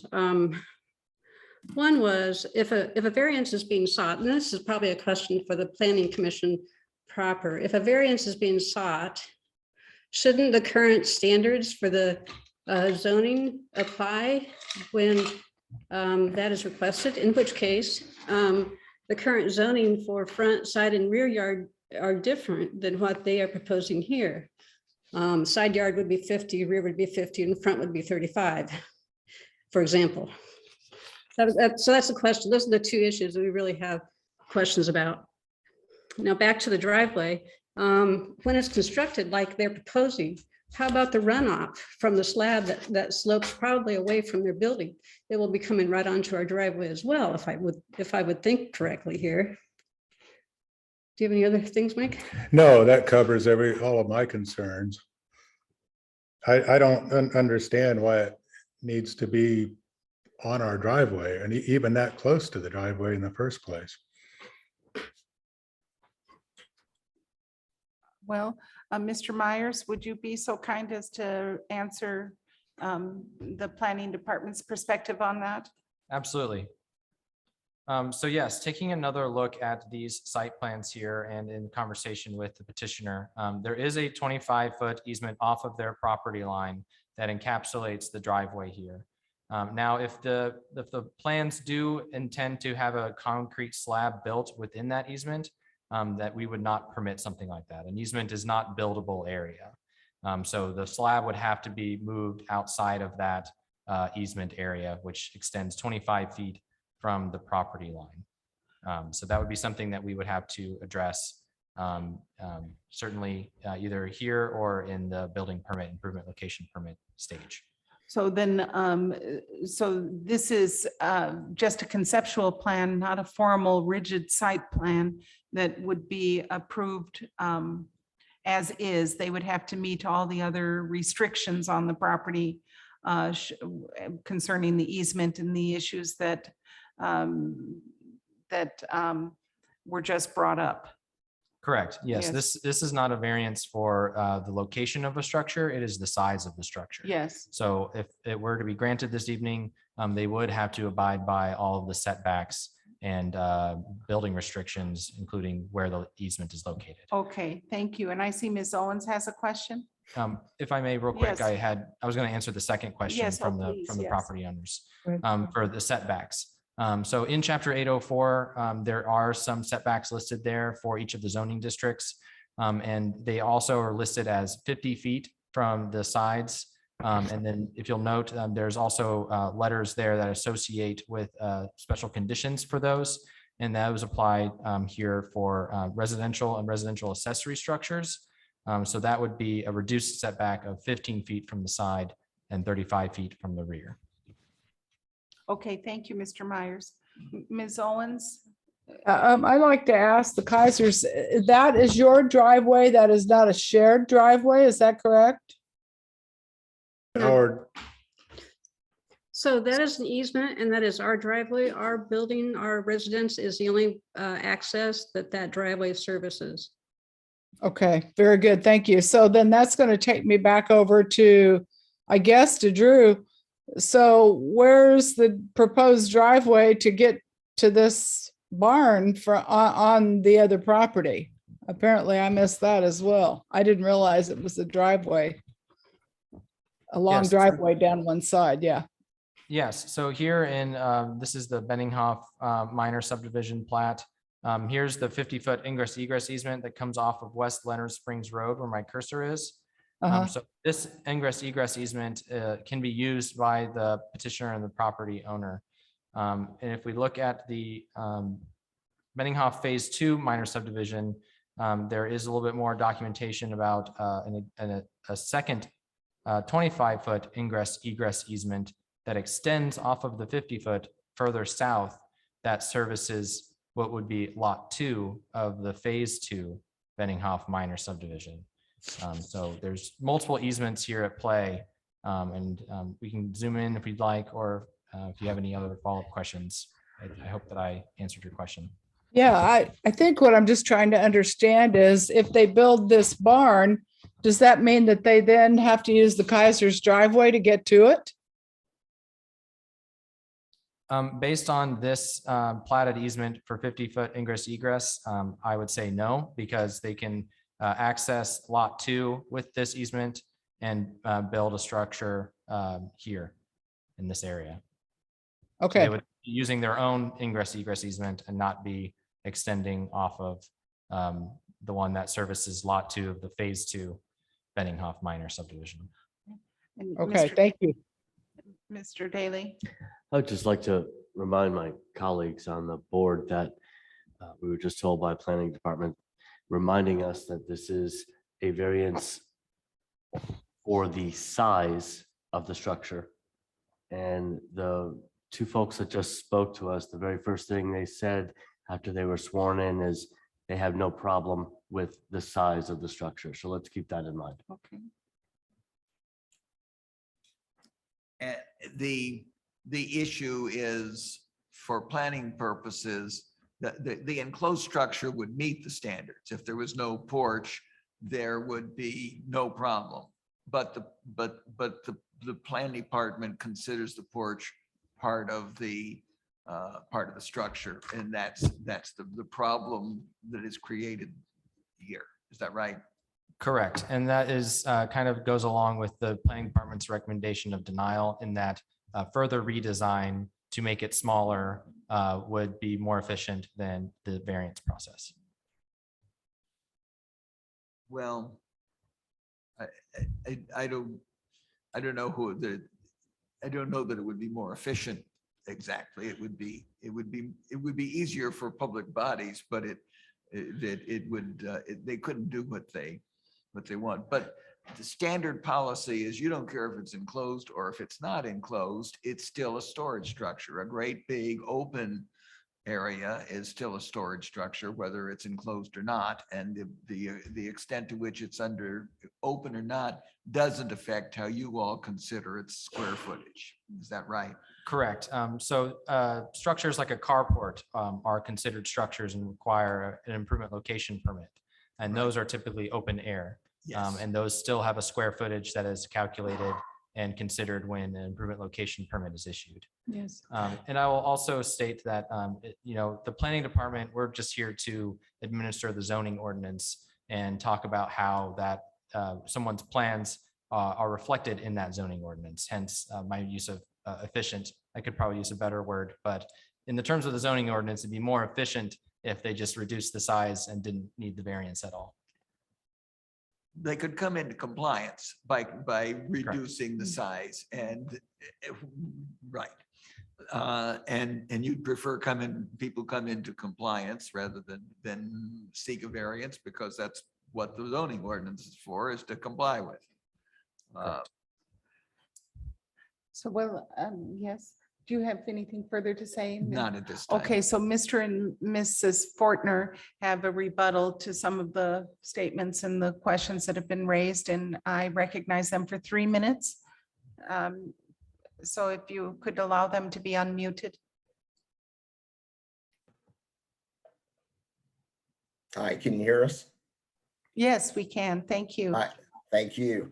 Now, I just wanted to, one thing regarding the Kaiser's concern, and granted, this isn't a size issue, but the concrete pad is only to be adjacent to the egress. It's basically, to Miss Owens' question, that's basically gets us from the gravel drive, shared gravel drive, to the building. So that's what we're trying to accomplish.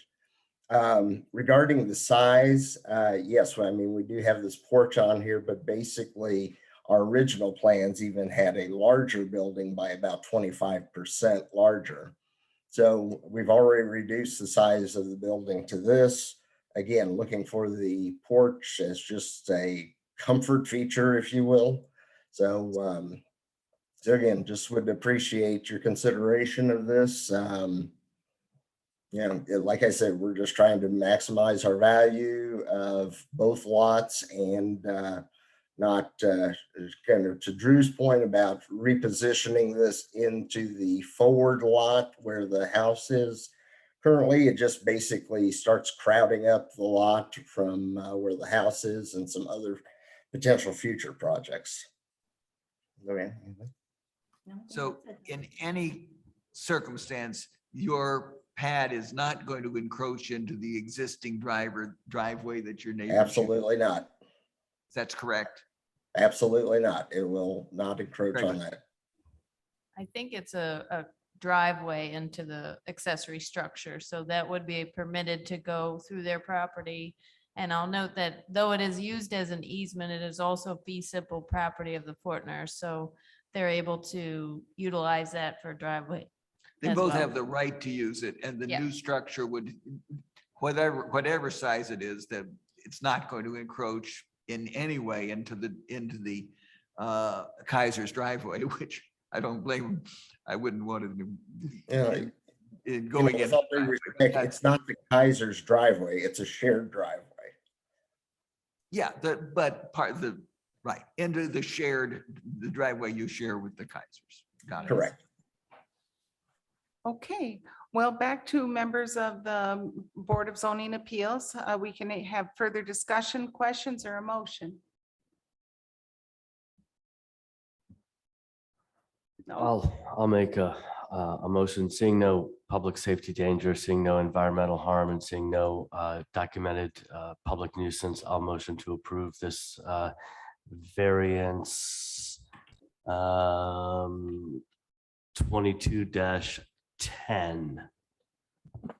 on behalf of the petitioner. I second that.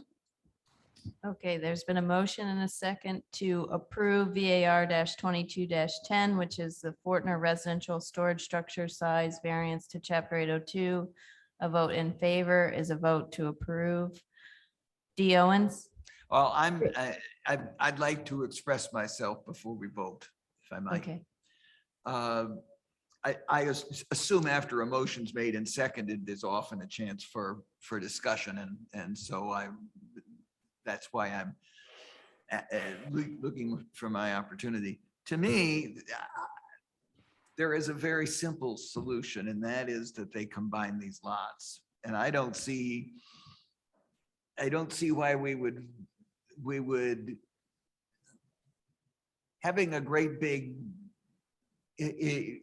I feel like I see nothing wrong with the zoning here. I just see nothing wrong with having a restriction on properties. I don't think that seems to me an undue burden on property owners.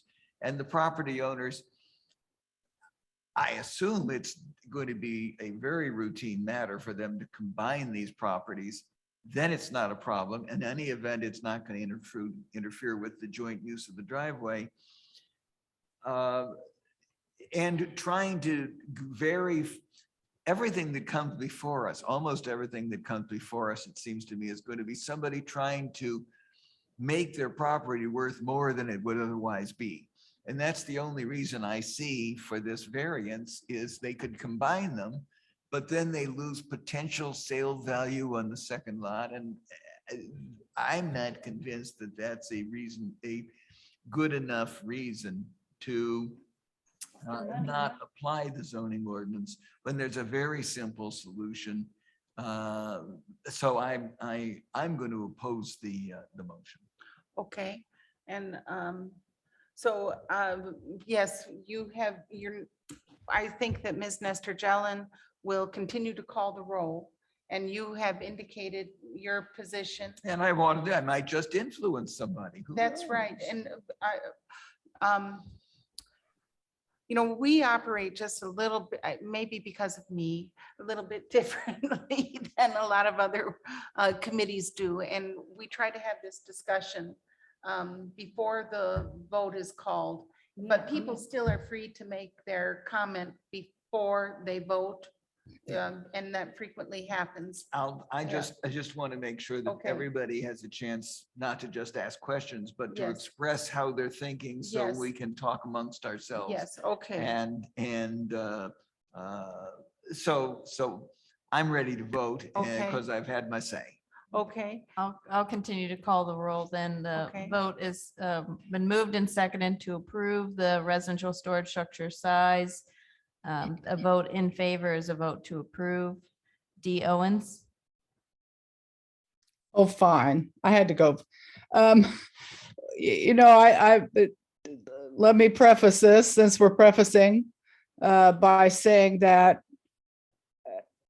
I got a barn that I had built and I needed it to be a certain size so I could put certain items in it. So I understand that. But I don't think it is incumbent upon the Board of Zoning Appeals to make sure someone's property value stays up where they want it. And just combining the two lots would make all this moot. And so with that in mind, I'm going to vote no. Margaret Clemens, I'll vote no. Skip Daly, Yes. Guy Loftman. No. Okay, so the motion was denied 3-1. Is that okay to do a motion to approve if they deny it with a quorum? Okay, so the motion fails and then it'll have to be redone. So in the matter of VAR 22-10, Fortner Residential Storage Structure Size Variance to Chapter 802 concerning 2.5 plus or minus acre parcel in Van Buren Township at 5889 West Leonard Springs Road. I'm going to move that we deny this. I support the staff's recommendation that the parcels be joined and that the solution would be apparent and non-existent. Second. Okay, it's been moved and seconded to deny the residential storage structure size variance. So a vote in favor is a vote to deny the variance. Margaret Clemens, Yes. Skip Daly, No. Guy Loftman, Yes. D Owens. Yes. Okay, so the variance is denied by a 3-1 vote. And I'd like the record to reflect that Ms. Owens has to leave the meeting at this point, and so we still have a quorum with the three of us. And we're moving on to items 8 and 9. On the agenda, VAR 22-11A, the Herdrich Nature Way buildable area, 15% slope variance to Chapter 804, and VAR 22-11B, the Herdrich Nature Way Eco Area, 12% slope variance to Chapter 825 concerning 6.52 plus or minus acre parcel in Salt Creek Township, Section 33 at 4874 South Nature Way. And this is also Mr. Myers. Thank you. All right, so this is the Erdrich, if I'm pronouncing that correctly, buildable area, 15% slope variance, and Eco Area 1 slope variance, chapters 804 and 825 respectively. As Ms. Clemens said, it's at 4874 North Nature Way in Salt Creek Township, Section 33. This is a platted lot. It's listed as lot 14 of the Overlook subdivision, Phase 3. And the petition site is 6.52 acres. I'm sorry, Mr. Myers. I just have a question, and just in consideration of the public. Ms. Owens has had to leave at this time, and Mr. Daly also has to leave after this case. And so we would no longer have a quorum after this. So that means that for the Hernley minimum lot size variance to Chapter 804 and to the Titchener front yard setback, we won't be able to hear those cases tonight. And so if people are here to speak about those matters, I'm sorry that we just found out that we will not have a quorum to hear your case after this. I'm so sorry. So I just wanted to let you know so that you would be able to leave if you didn't want to. There's nothing else that can be done, right? if Mr. Daly has to leave after this case, then we will have to end the meeting. We will have to adjourn the meeting because we will not have a quorum. So I'm so sorry. Thank you. Okay, Mr. Myers. Okay. I will continue where I left off. All right, so the petitioner for this variance petition, the Herdrick buildable area, 15% slope and eco area 1 slope. They are proposing a 1,154 square foot detached residential accessory structure with an approximate 460 square feet wraparound deck. Both the structure and deck are to share a structure on stilts type design, and the location of the proposed structure will encroach into slopes greater than 12% as well as 15%. According to Chapter 825, slopes greater than 12% in Area 1 of the Environmental Constraints Overlay are protected from any land disturbance activity. And according to Chapter 804, slopes greater than 15% are classified as non-buildable area. Here we have the slope map for the structure and the property. You'll note anything over 15% is triggered by the Chapter 804 variance request, and anything over 12% is the eco area 1. And we'll see here in a moment with the petitioner's site plan, the exact location of the proposed structure, but it will extend off of the rear of the structure here going north. Excuse me, it'll actually be over on this side, coming off of this side of the structure going north east. Okay, so here we have a few photographs. This is the aerial imagery of the site. The accessory structure will be coming off of this area. Sorry, I'm getting confused a little bit by the structure here, but we'll see some more photographs and we'll see the site plan for an exact location. But again, this is a residential accessory structure to extend off of the back porch area here. Here we have the doors, and then the structure is intended to extend a walkway, and that will be built out into this sloped area. On the left photograph here, you can see a few improvements here. That is the location of the septic system. And here we have a few more photographs of the petition site where the proposed structure is likely to be placed. And they don't have any flags out for the proposed structure, but once we get to the site plan, you'll have a better idea. Some more of these photographs here. This is just the walkway that comes down from the side of the house to get to the area that I was at. And then this over here to the left side of your screen is the, again, the septic field. And then the property does have some level area, it appears, in this area, extending past the septic field.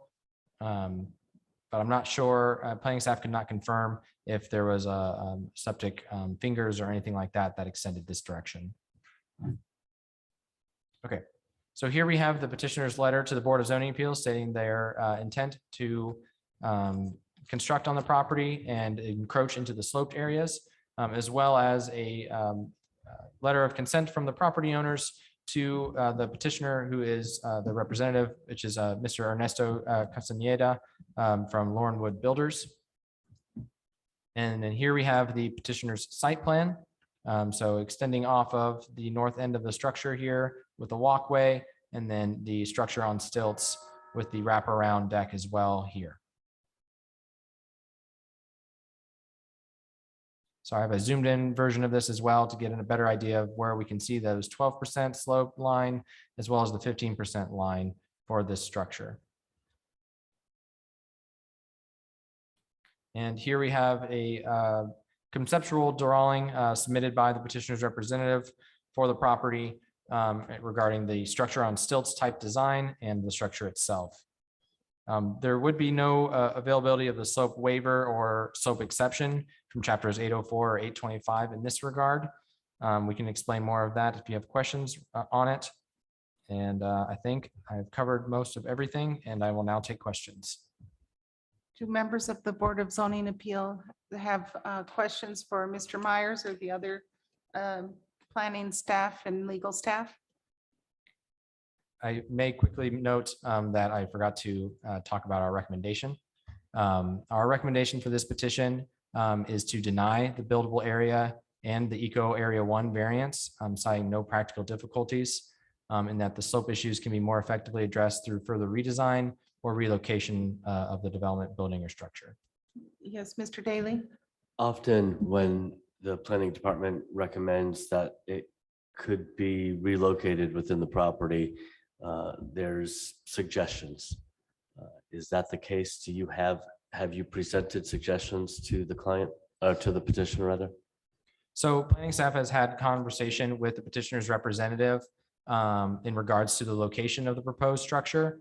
And we went at length about the availability and non-availability of land on the property.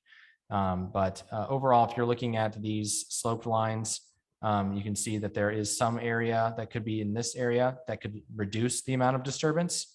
And that is something that planning staff would typically recommend, is reducing the amount of total disturbance based on the terms of the zoning ordinance.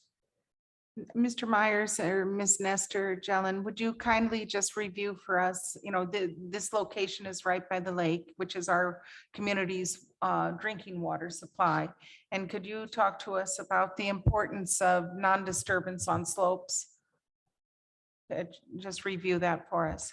Sure. So the importance of the environmental constraints overlay is so that according to your distance from the watershed, there's a number of areas. So there's 3 areas that have different levels of protection.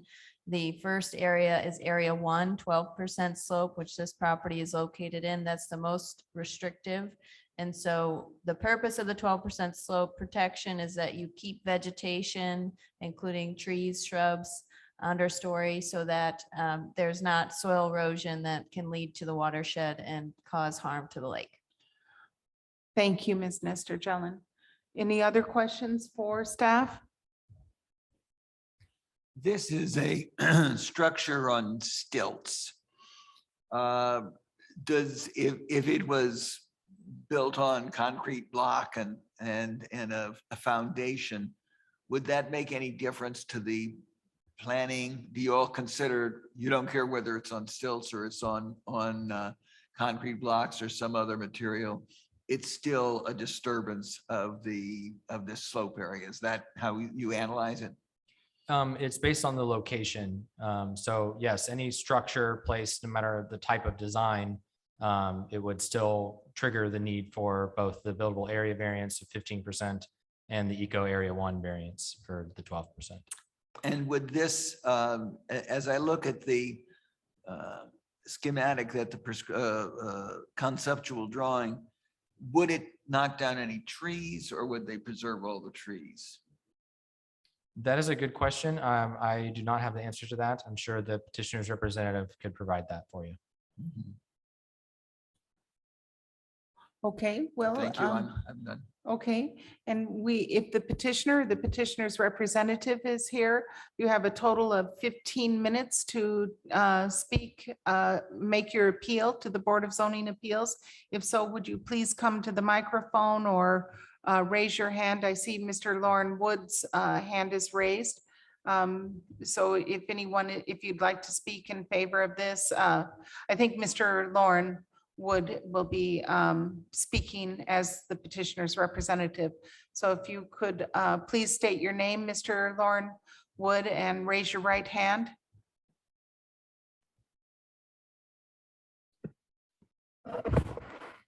Can y'all see me here?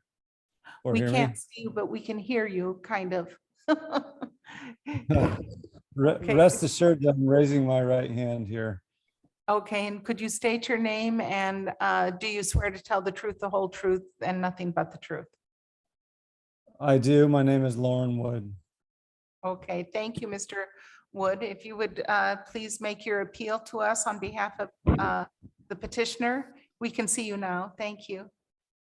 Sure. So first of all, no trees will be cut in the building of this structure if you guys approve this variance request. I want to say a couple of things. One, in the proposed adjacent area where it was suggested that we could move this structure, the septic field actually lies broader than that small rectangle that's shown. It covers the bulk of that area. So we actually couldn't shift it over into that more level space, at risk of disturbing the septic space. So that's one reason that it's here. The other big reason that we have it right here is that our client, Mr. Herdrick, is wheelchair bound and can only access outside areas via a paved flat heart covered surface, which exists right there adjacent to this. So a big part of the design intent here is to make this accessible for our client. So the two real restrictions for us are, one, the septic field takes up the entirety of that, or the bulk of that more level space, and two, our client is wheelchair bound and needs to be able to access this via a paved surface, which exists right there at the concrete patio that's described in the third note down on the left of the screen shown. Thank you, Mr. Wood. Are there any questions for Mr. Wood, members of the Board of Zoning Appeals? I will just note from staff's perspective, so there aren't trees in that area, but there were trees in that area prior. And so when you build a structure over an area that could have trees, it prevents that vegetation from regrowing. It appears that the home was built sometime around 2016, and it was a heavily wooded lot to begin with. And steadily, there's been some trees, removed for the structure itself. And also we see that people tend to make a little bit of a lawn around the area after the construction is completed. But the intent is to keep it vegetated since it's in the Eco 1. Yes, thank you. Can I make one more comment? Yes, Mr. Wood. So with the piers versus a traditional foundation, these piers would be hand dug with post hole diggers.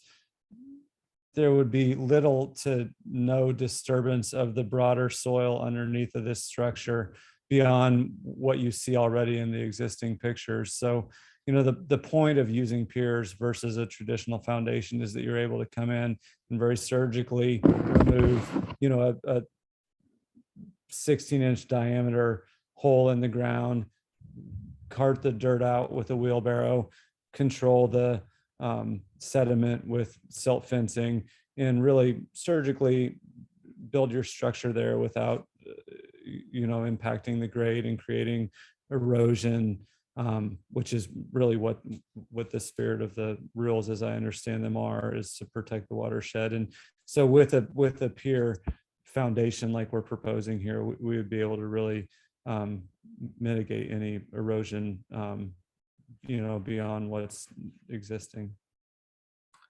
Thank you, Mr. Wood.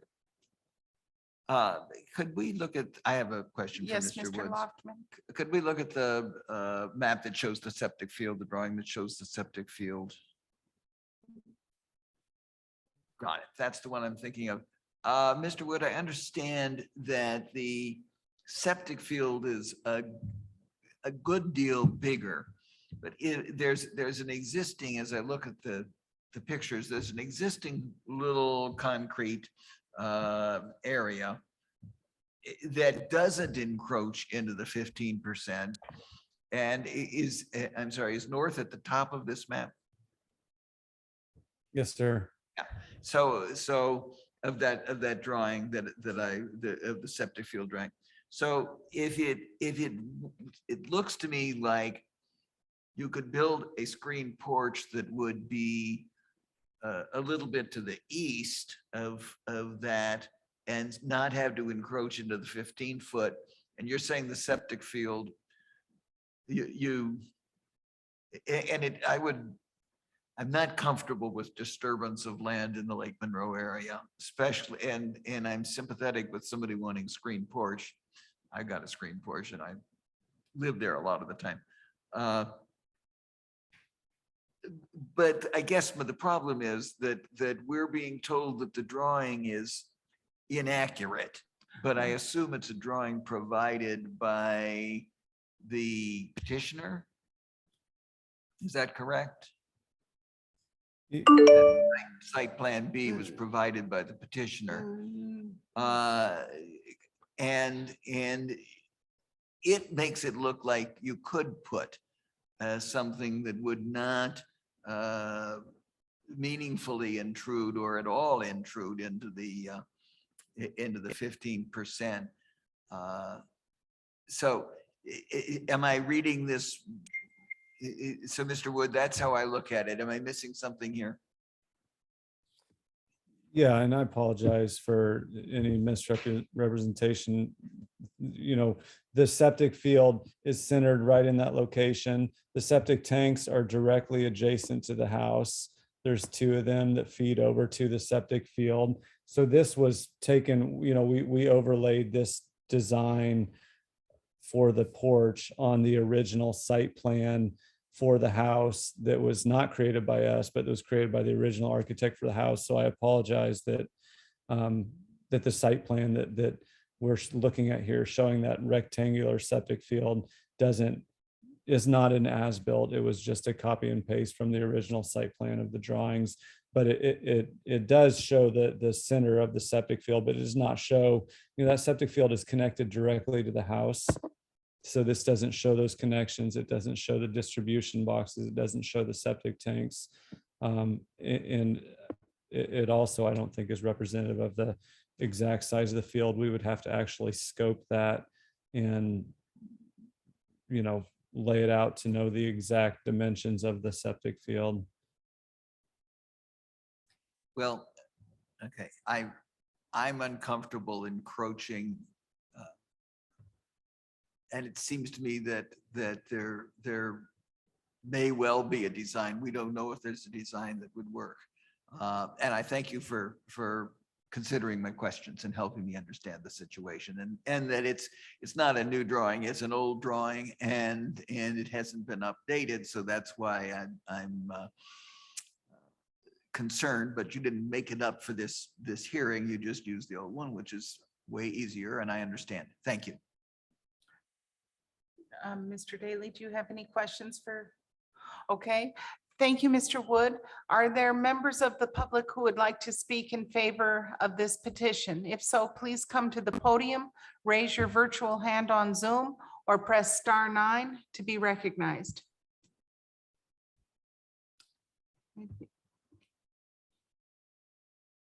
So if you would kindly sign in and then state your name, and I'll swear you in.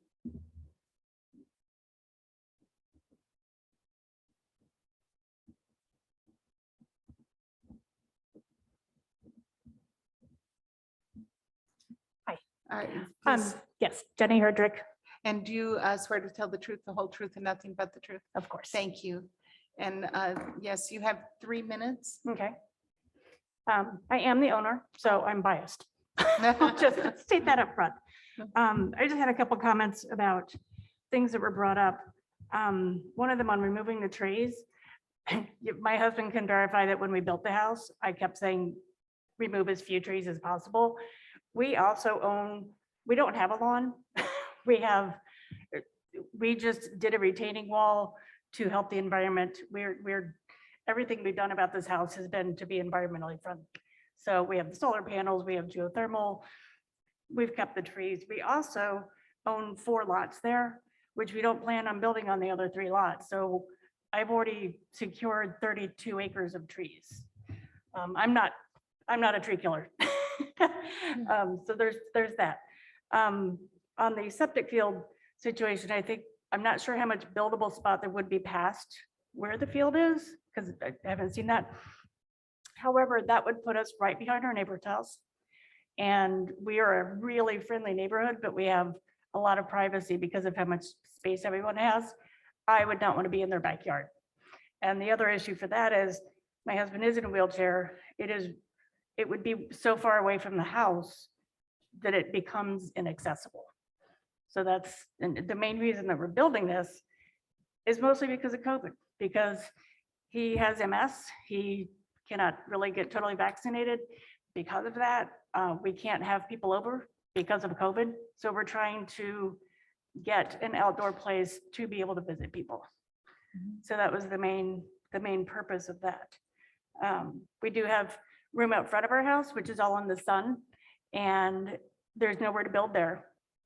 We cannot cover it because there's nowhere to build. My husband can't be in the sun because it raises the heat, which is really against an MS diagnosis. So there's just a lot of things that we've considered on that. I'm trying to build this away from the neighbors so that it's not a disruption and that it's accessible for him. Yeah, that's really what I've got. Well, thank you so much. Thanks Yeah. for coming tonight and for sharing your appeal with us. Oh, of course, I Yeah. appreciate your time. Thank you. Thank you. Mhm. Is there anyone else here who would like to speak in favor of the petition? Please come to the podium, raise your hand on Zoom or press *9. Is there anyone here who is in opposition to this petition? Please come to the podium, raise your virtual hand on Zoom or press *9 if you're calling in by telephone.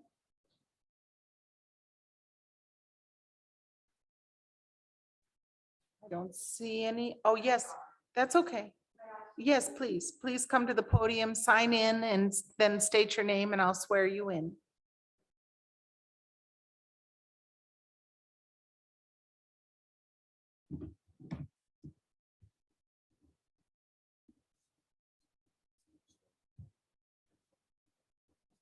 Okay, sure.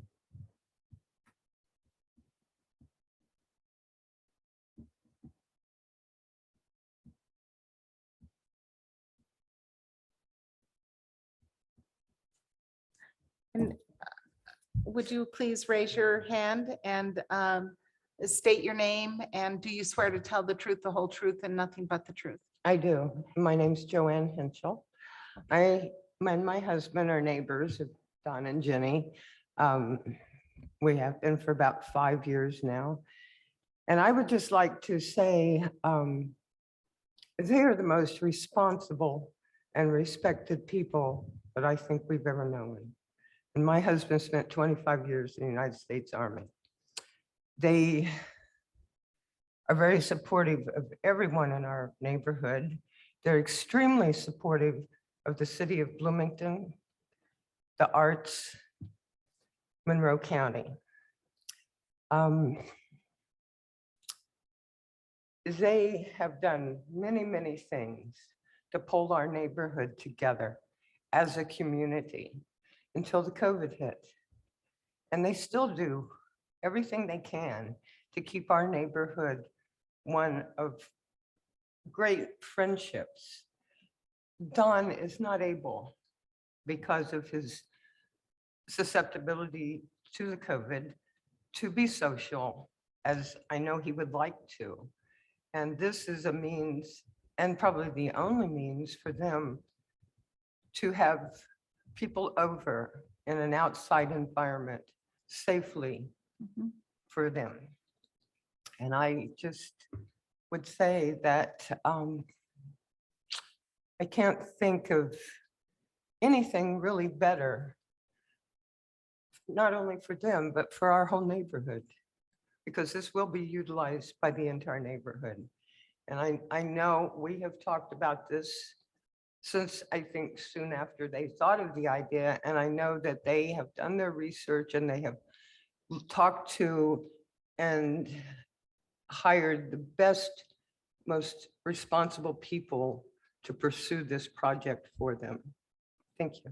Thank you very much. Thank you for coming tonight. I have one question for Mr. Schilling, and that has to do with the applicability of the ADA rules in consideration for variance requests, if it accommodates somebody with a disability. Is there a higher burden on us to take into consideration the disability, the Americans with Disabilities Acts in our deliberation of the planned proposal and the request for the variance? I do not believe so, because that is a private space. Okay, okay. Thank you, Mr. Schilling. Okay, coming back to the Board of Zoning Appeals, is there further discussion, deliberation? this is sort of a conceptual question, but I think it's a staff question. Certainly, this is a very compelling personal situation, Yes. but the zoning goes on for the next owners. Yes. And the zoning in Lake Monroe will go on, hopefully, past all of us here. Yes. Is there anything in the zoning ordinance that says that the status of the owners makes a difference to how the zoning applies to the real estate?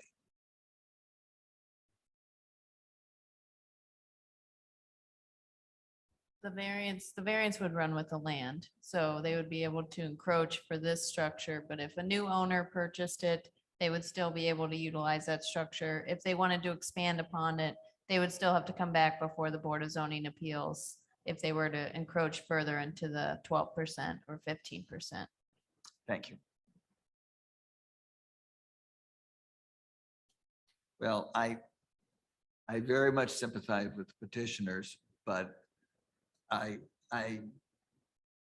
also feel compelled to protect the lake. And this is as small an encroachment as you can get, but I think none is the correct solution. So I'm going to oppose the petition. Mr. Daly, do you have any thoughts about this? Any items for discussion before we make a motion? Or do you wish to make a motion? I will yield to my colleagues. Okay, well, this is VAR 22-11A and VAR 22-11B concerning building in 15% slope, which is not allowed by our code. And it's also a proposal and a request for a variance to build in an ecologically protected zone with a slope of 12%. So the staff has recommended denial because there are no practical difficulties on the property and the land to redesign or to relocate this structure elsewhere on the property. So I'm going to move that we deny the buildable area and eco area 1 request due to the fact that there are no practical difficulties and that the slope issues can be more effectively addressed through further redesign, relocation of the development and building structure. And I do sympathize with the petitioners, but this is a sensitive area and we do need to protect it collectively as a community. So my motion is to deny. Second. Okay, it's been moved and seconded to deny the variance, and I'll note that since Ms. D. Owens had to leave, that it will have to be a unanimous vote to approve or deny any case. Okay. Since it's 3 is the quorum. Skip Daly? I'd like clarification from Mr. Schilling. A quorum is present, so an abstention would not change the vote. You just need a majority of the people present, correct? Vote requires a majority of the board, the entire board. So 3 votes is required always to take final action.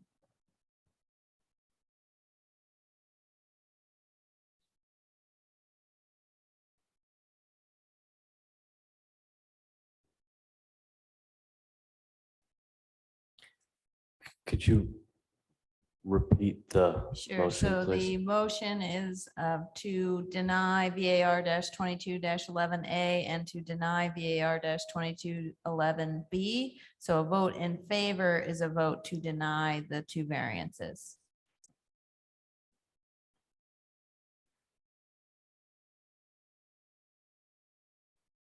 Yes. Guy Loftman, Yes. Margaret Clements? Yes. Okay, so the variance is denied by a 3-0 vote. I'm really sorry. This is a very hard case and I'm really sorry for our denial, but we really have to be consistent in our, especially in our watershed and our ecological area, which I know you're sensitive to. So thank you for your sensitivity, for the care of this proposal. And I'm sorry for our denial and not being able to grant your request. Thank you. Thank you. I'll also note, so Skip, you have to leave the meeting. If we do come to a conclusion on a meeting date that you three could be present again in person in this room, we could vote to continue tonight's meeting as opposed to having it go automatically to the June BZA. So if you wanted to have it heard earlier this month, I have a few dates here that I can run through if people would be available. So I would have to have all three in person since we only have 4 board members and 1 is virtual. So I can run through the dates and you can let me know maybe. If Well, you and we'd know on also the had fly. to make sure that the petitioners Yes, could be here yes. for those dates. I will say, I will be in California Yes, for the June meeting. right. So I intend to participate, but I could only participate virtually then. And so if we don't have a commitment from the other 3, and of course, Ms. Owens is gone from this meeting, so we can't confirm with her. But just when we're talking about having an extra meeting, would the extra meeting only consider these matters we didn't Right. get It to? would only consider the matters that are continued from tonight's hearing. So that would be the last 2 petitions. Do we have to make that decision to continue Yes. to continue it to a date certain Yes, now? yes, because we have to otherwise post it in the paper 20 days in advance. And so in order to do that, we would already be close to the June meeting. And so since you're a commissioner appointment and the June meeting is in the beginning of the month and you'll be virtual, it's likely we may not have a quorum for the June meeting. I don't know if the commissioners can assign a proxy or if that's possible. They can. Okay. I So, also, for while this is consideration, I am not in town and will not be able to attend the June meeting. I think I sent a Okay, message to yeah. somebody about that. okay, so, we could just continue these all to be on the same case for June and schedule a new June meeting. Could I And just then- see, is it the 11th a possibility 1 week from today? The 11th in the room. Just to get it done. We have 2 cases. We could do it if you would be willing to meet in a different room, room 100B. I could meet in room 100B. It's May next 11th. Wednesday, the 11th. I think I'm available. And it would have to be at Could I- 6 PM. Could I meet June 11th at 6 Oh, PM? May 11th, sorry. Next, May 11th, May 11th, May 11th, At May 6 11th. PM or 5:30? 5 or 6 PM. 6 PM, I think, because we have Okay. another meeting Sorry, at- but I'm not grown up enough to keep my own calendar. It's fine. Would that work for you, Skip? May 11th at 6 PM? I'm checking. Okay.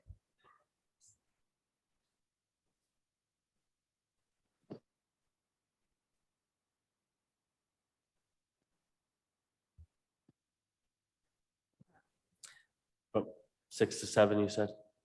Well, it could go to 7:30. We've got the Hernley minimum lot size variance. Yes. And the Titchener front yards. Thank And you. this is also assuming the petitioner is available, correct? Yeah. I can leave very shortly.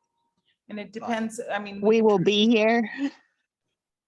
You will be here? We can be here anytime. This is the Hernley people. We Yes. will be here because if we have to wait another month, we're probably losing a lot of, we're probably losing our contractor. So it'll be bad. Okay, so All right, let's do it. the 11th, May that's 11th. 1 week from today. And I'm so sorry that we weren't able to hear your case tonight. And you will be first up on the agenda at 6 o'clock a week from today. And it will And so be- we have to have a move for a continuance. I move that we continue the meeting until May 11th at 11th 6 at PM 6 PM. in room 100. Second. And I see Mr. Minster Squiggly's hand is raised. Sorry, I didn't realize, Mr. Ketter, I was just going to beg you guys, but instead I just want to thank you for being able to be flexible in this way. Well, Sorry, I'm not able to hear you, Jason, but we're gonna, there's been a vote to continue the Board of Zoning Appeals meeting to May 11th at 6 PM at 501 North Morton Street, room 100B. And is there a second? Could you please, it was already seconded by Okay. Mr. seconded it. Lockman. I'll And- just call the roll. Yes, Skip Daly, Yes. Margaret Clemens. yes. And Guy Loftman. Yes. Okay, Okay. so it's been moved and seconded to continue tonight's meeting to May 11th Okay, thank Do you. we want to consider moving the May meeting? or the June Since- meeting. The June We meeting? can move that outside of The this. June meeting. We can move that. We don't need to do that in this. meeting. Correct, No. yeah. Okay. Thank you. All right. You've gotta go. for another vote. I'm Yeah. sorry. No, That's we're not okay. moving. Thank you. Thank you. Thanks. Great, Skip. All right, Thank you. so- Thank you. Thank you, sorry. So so it's been continued to a week from today, and because we could not hear Mr. Minster Squiggly, perhaps you could contact him and see if he's able to attend, and if he's not, we'll try to figure out what to do at that time, at that meeting. Okay? That sounds good. Okay, thank you for all of your perseverance, everyone, and thank you for your good leadership on and your analysis of these cases that helped us be responsible stewards of our code and of our community. So thank you. Thank you. Thank you. And we'll move to adjourn, I guess. Yes, we Yeah. move to adjourn and, well, not to adjourn, but to Oh, to continue. continue. We're done. Okay. And thank you to Tammy Behrman has her hand raised. Yeah. Oh, I don't know what happened. Okay, but thank you. Thank you, everyone, for your patience tonight, and we look forward to seeing you soon. Take Thank you. care. All right. Thank you. Bye-bye. Thank you. I just figured out that there's a plug here. So, because I couldn't have made it through the meeting without it.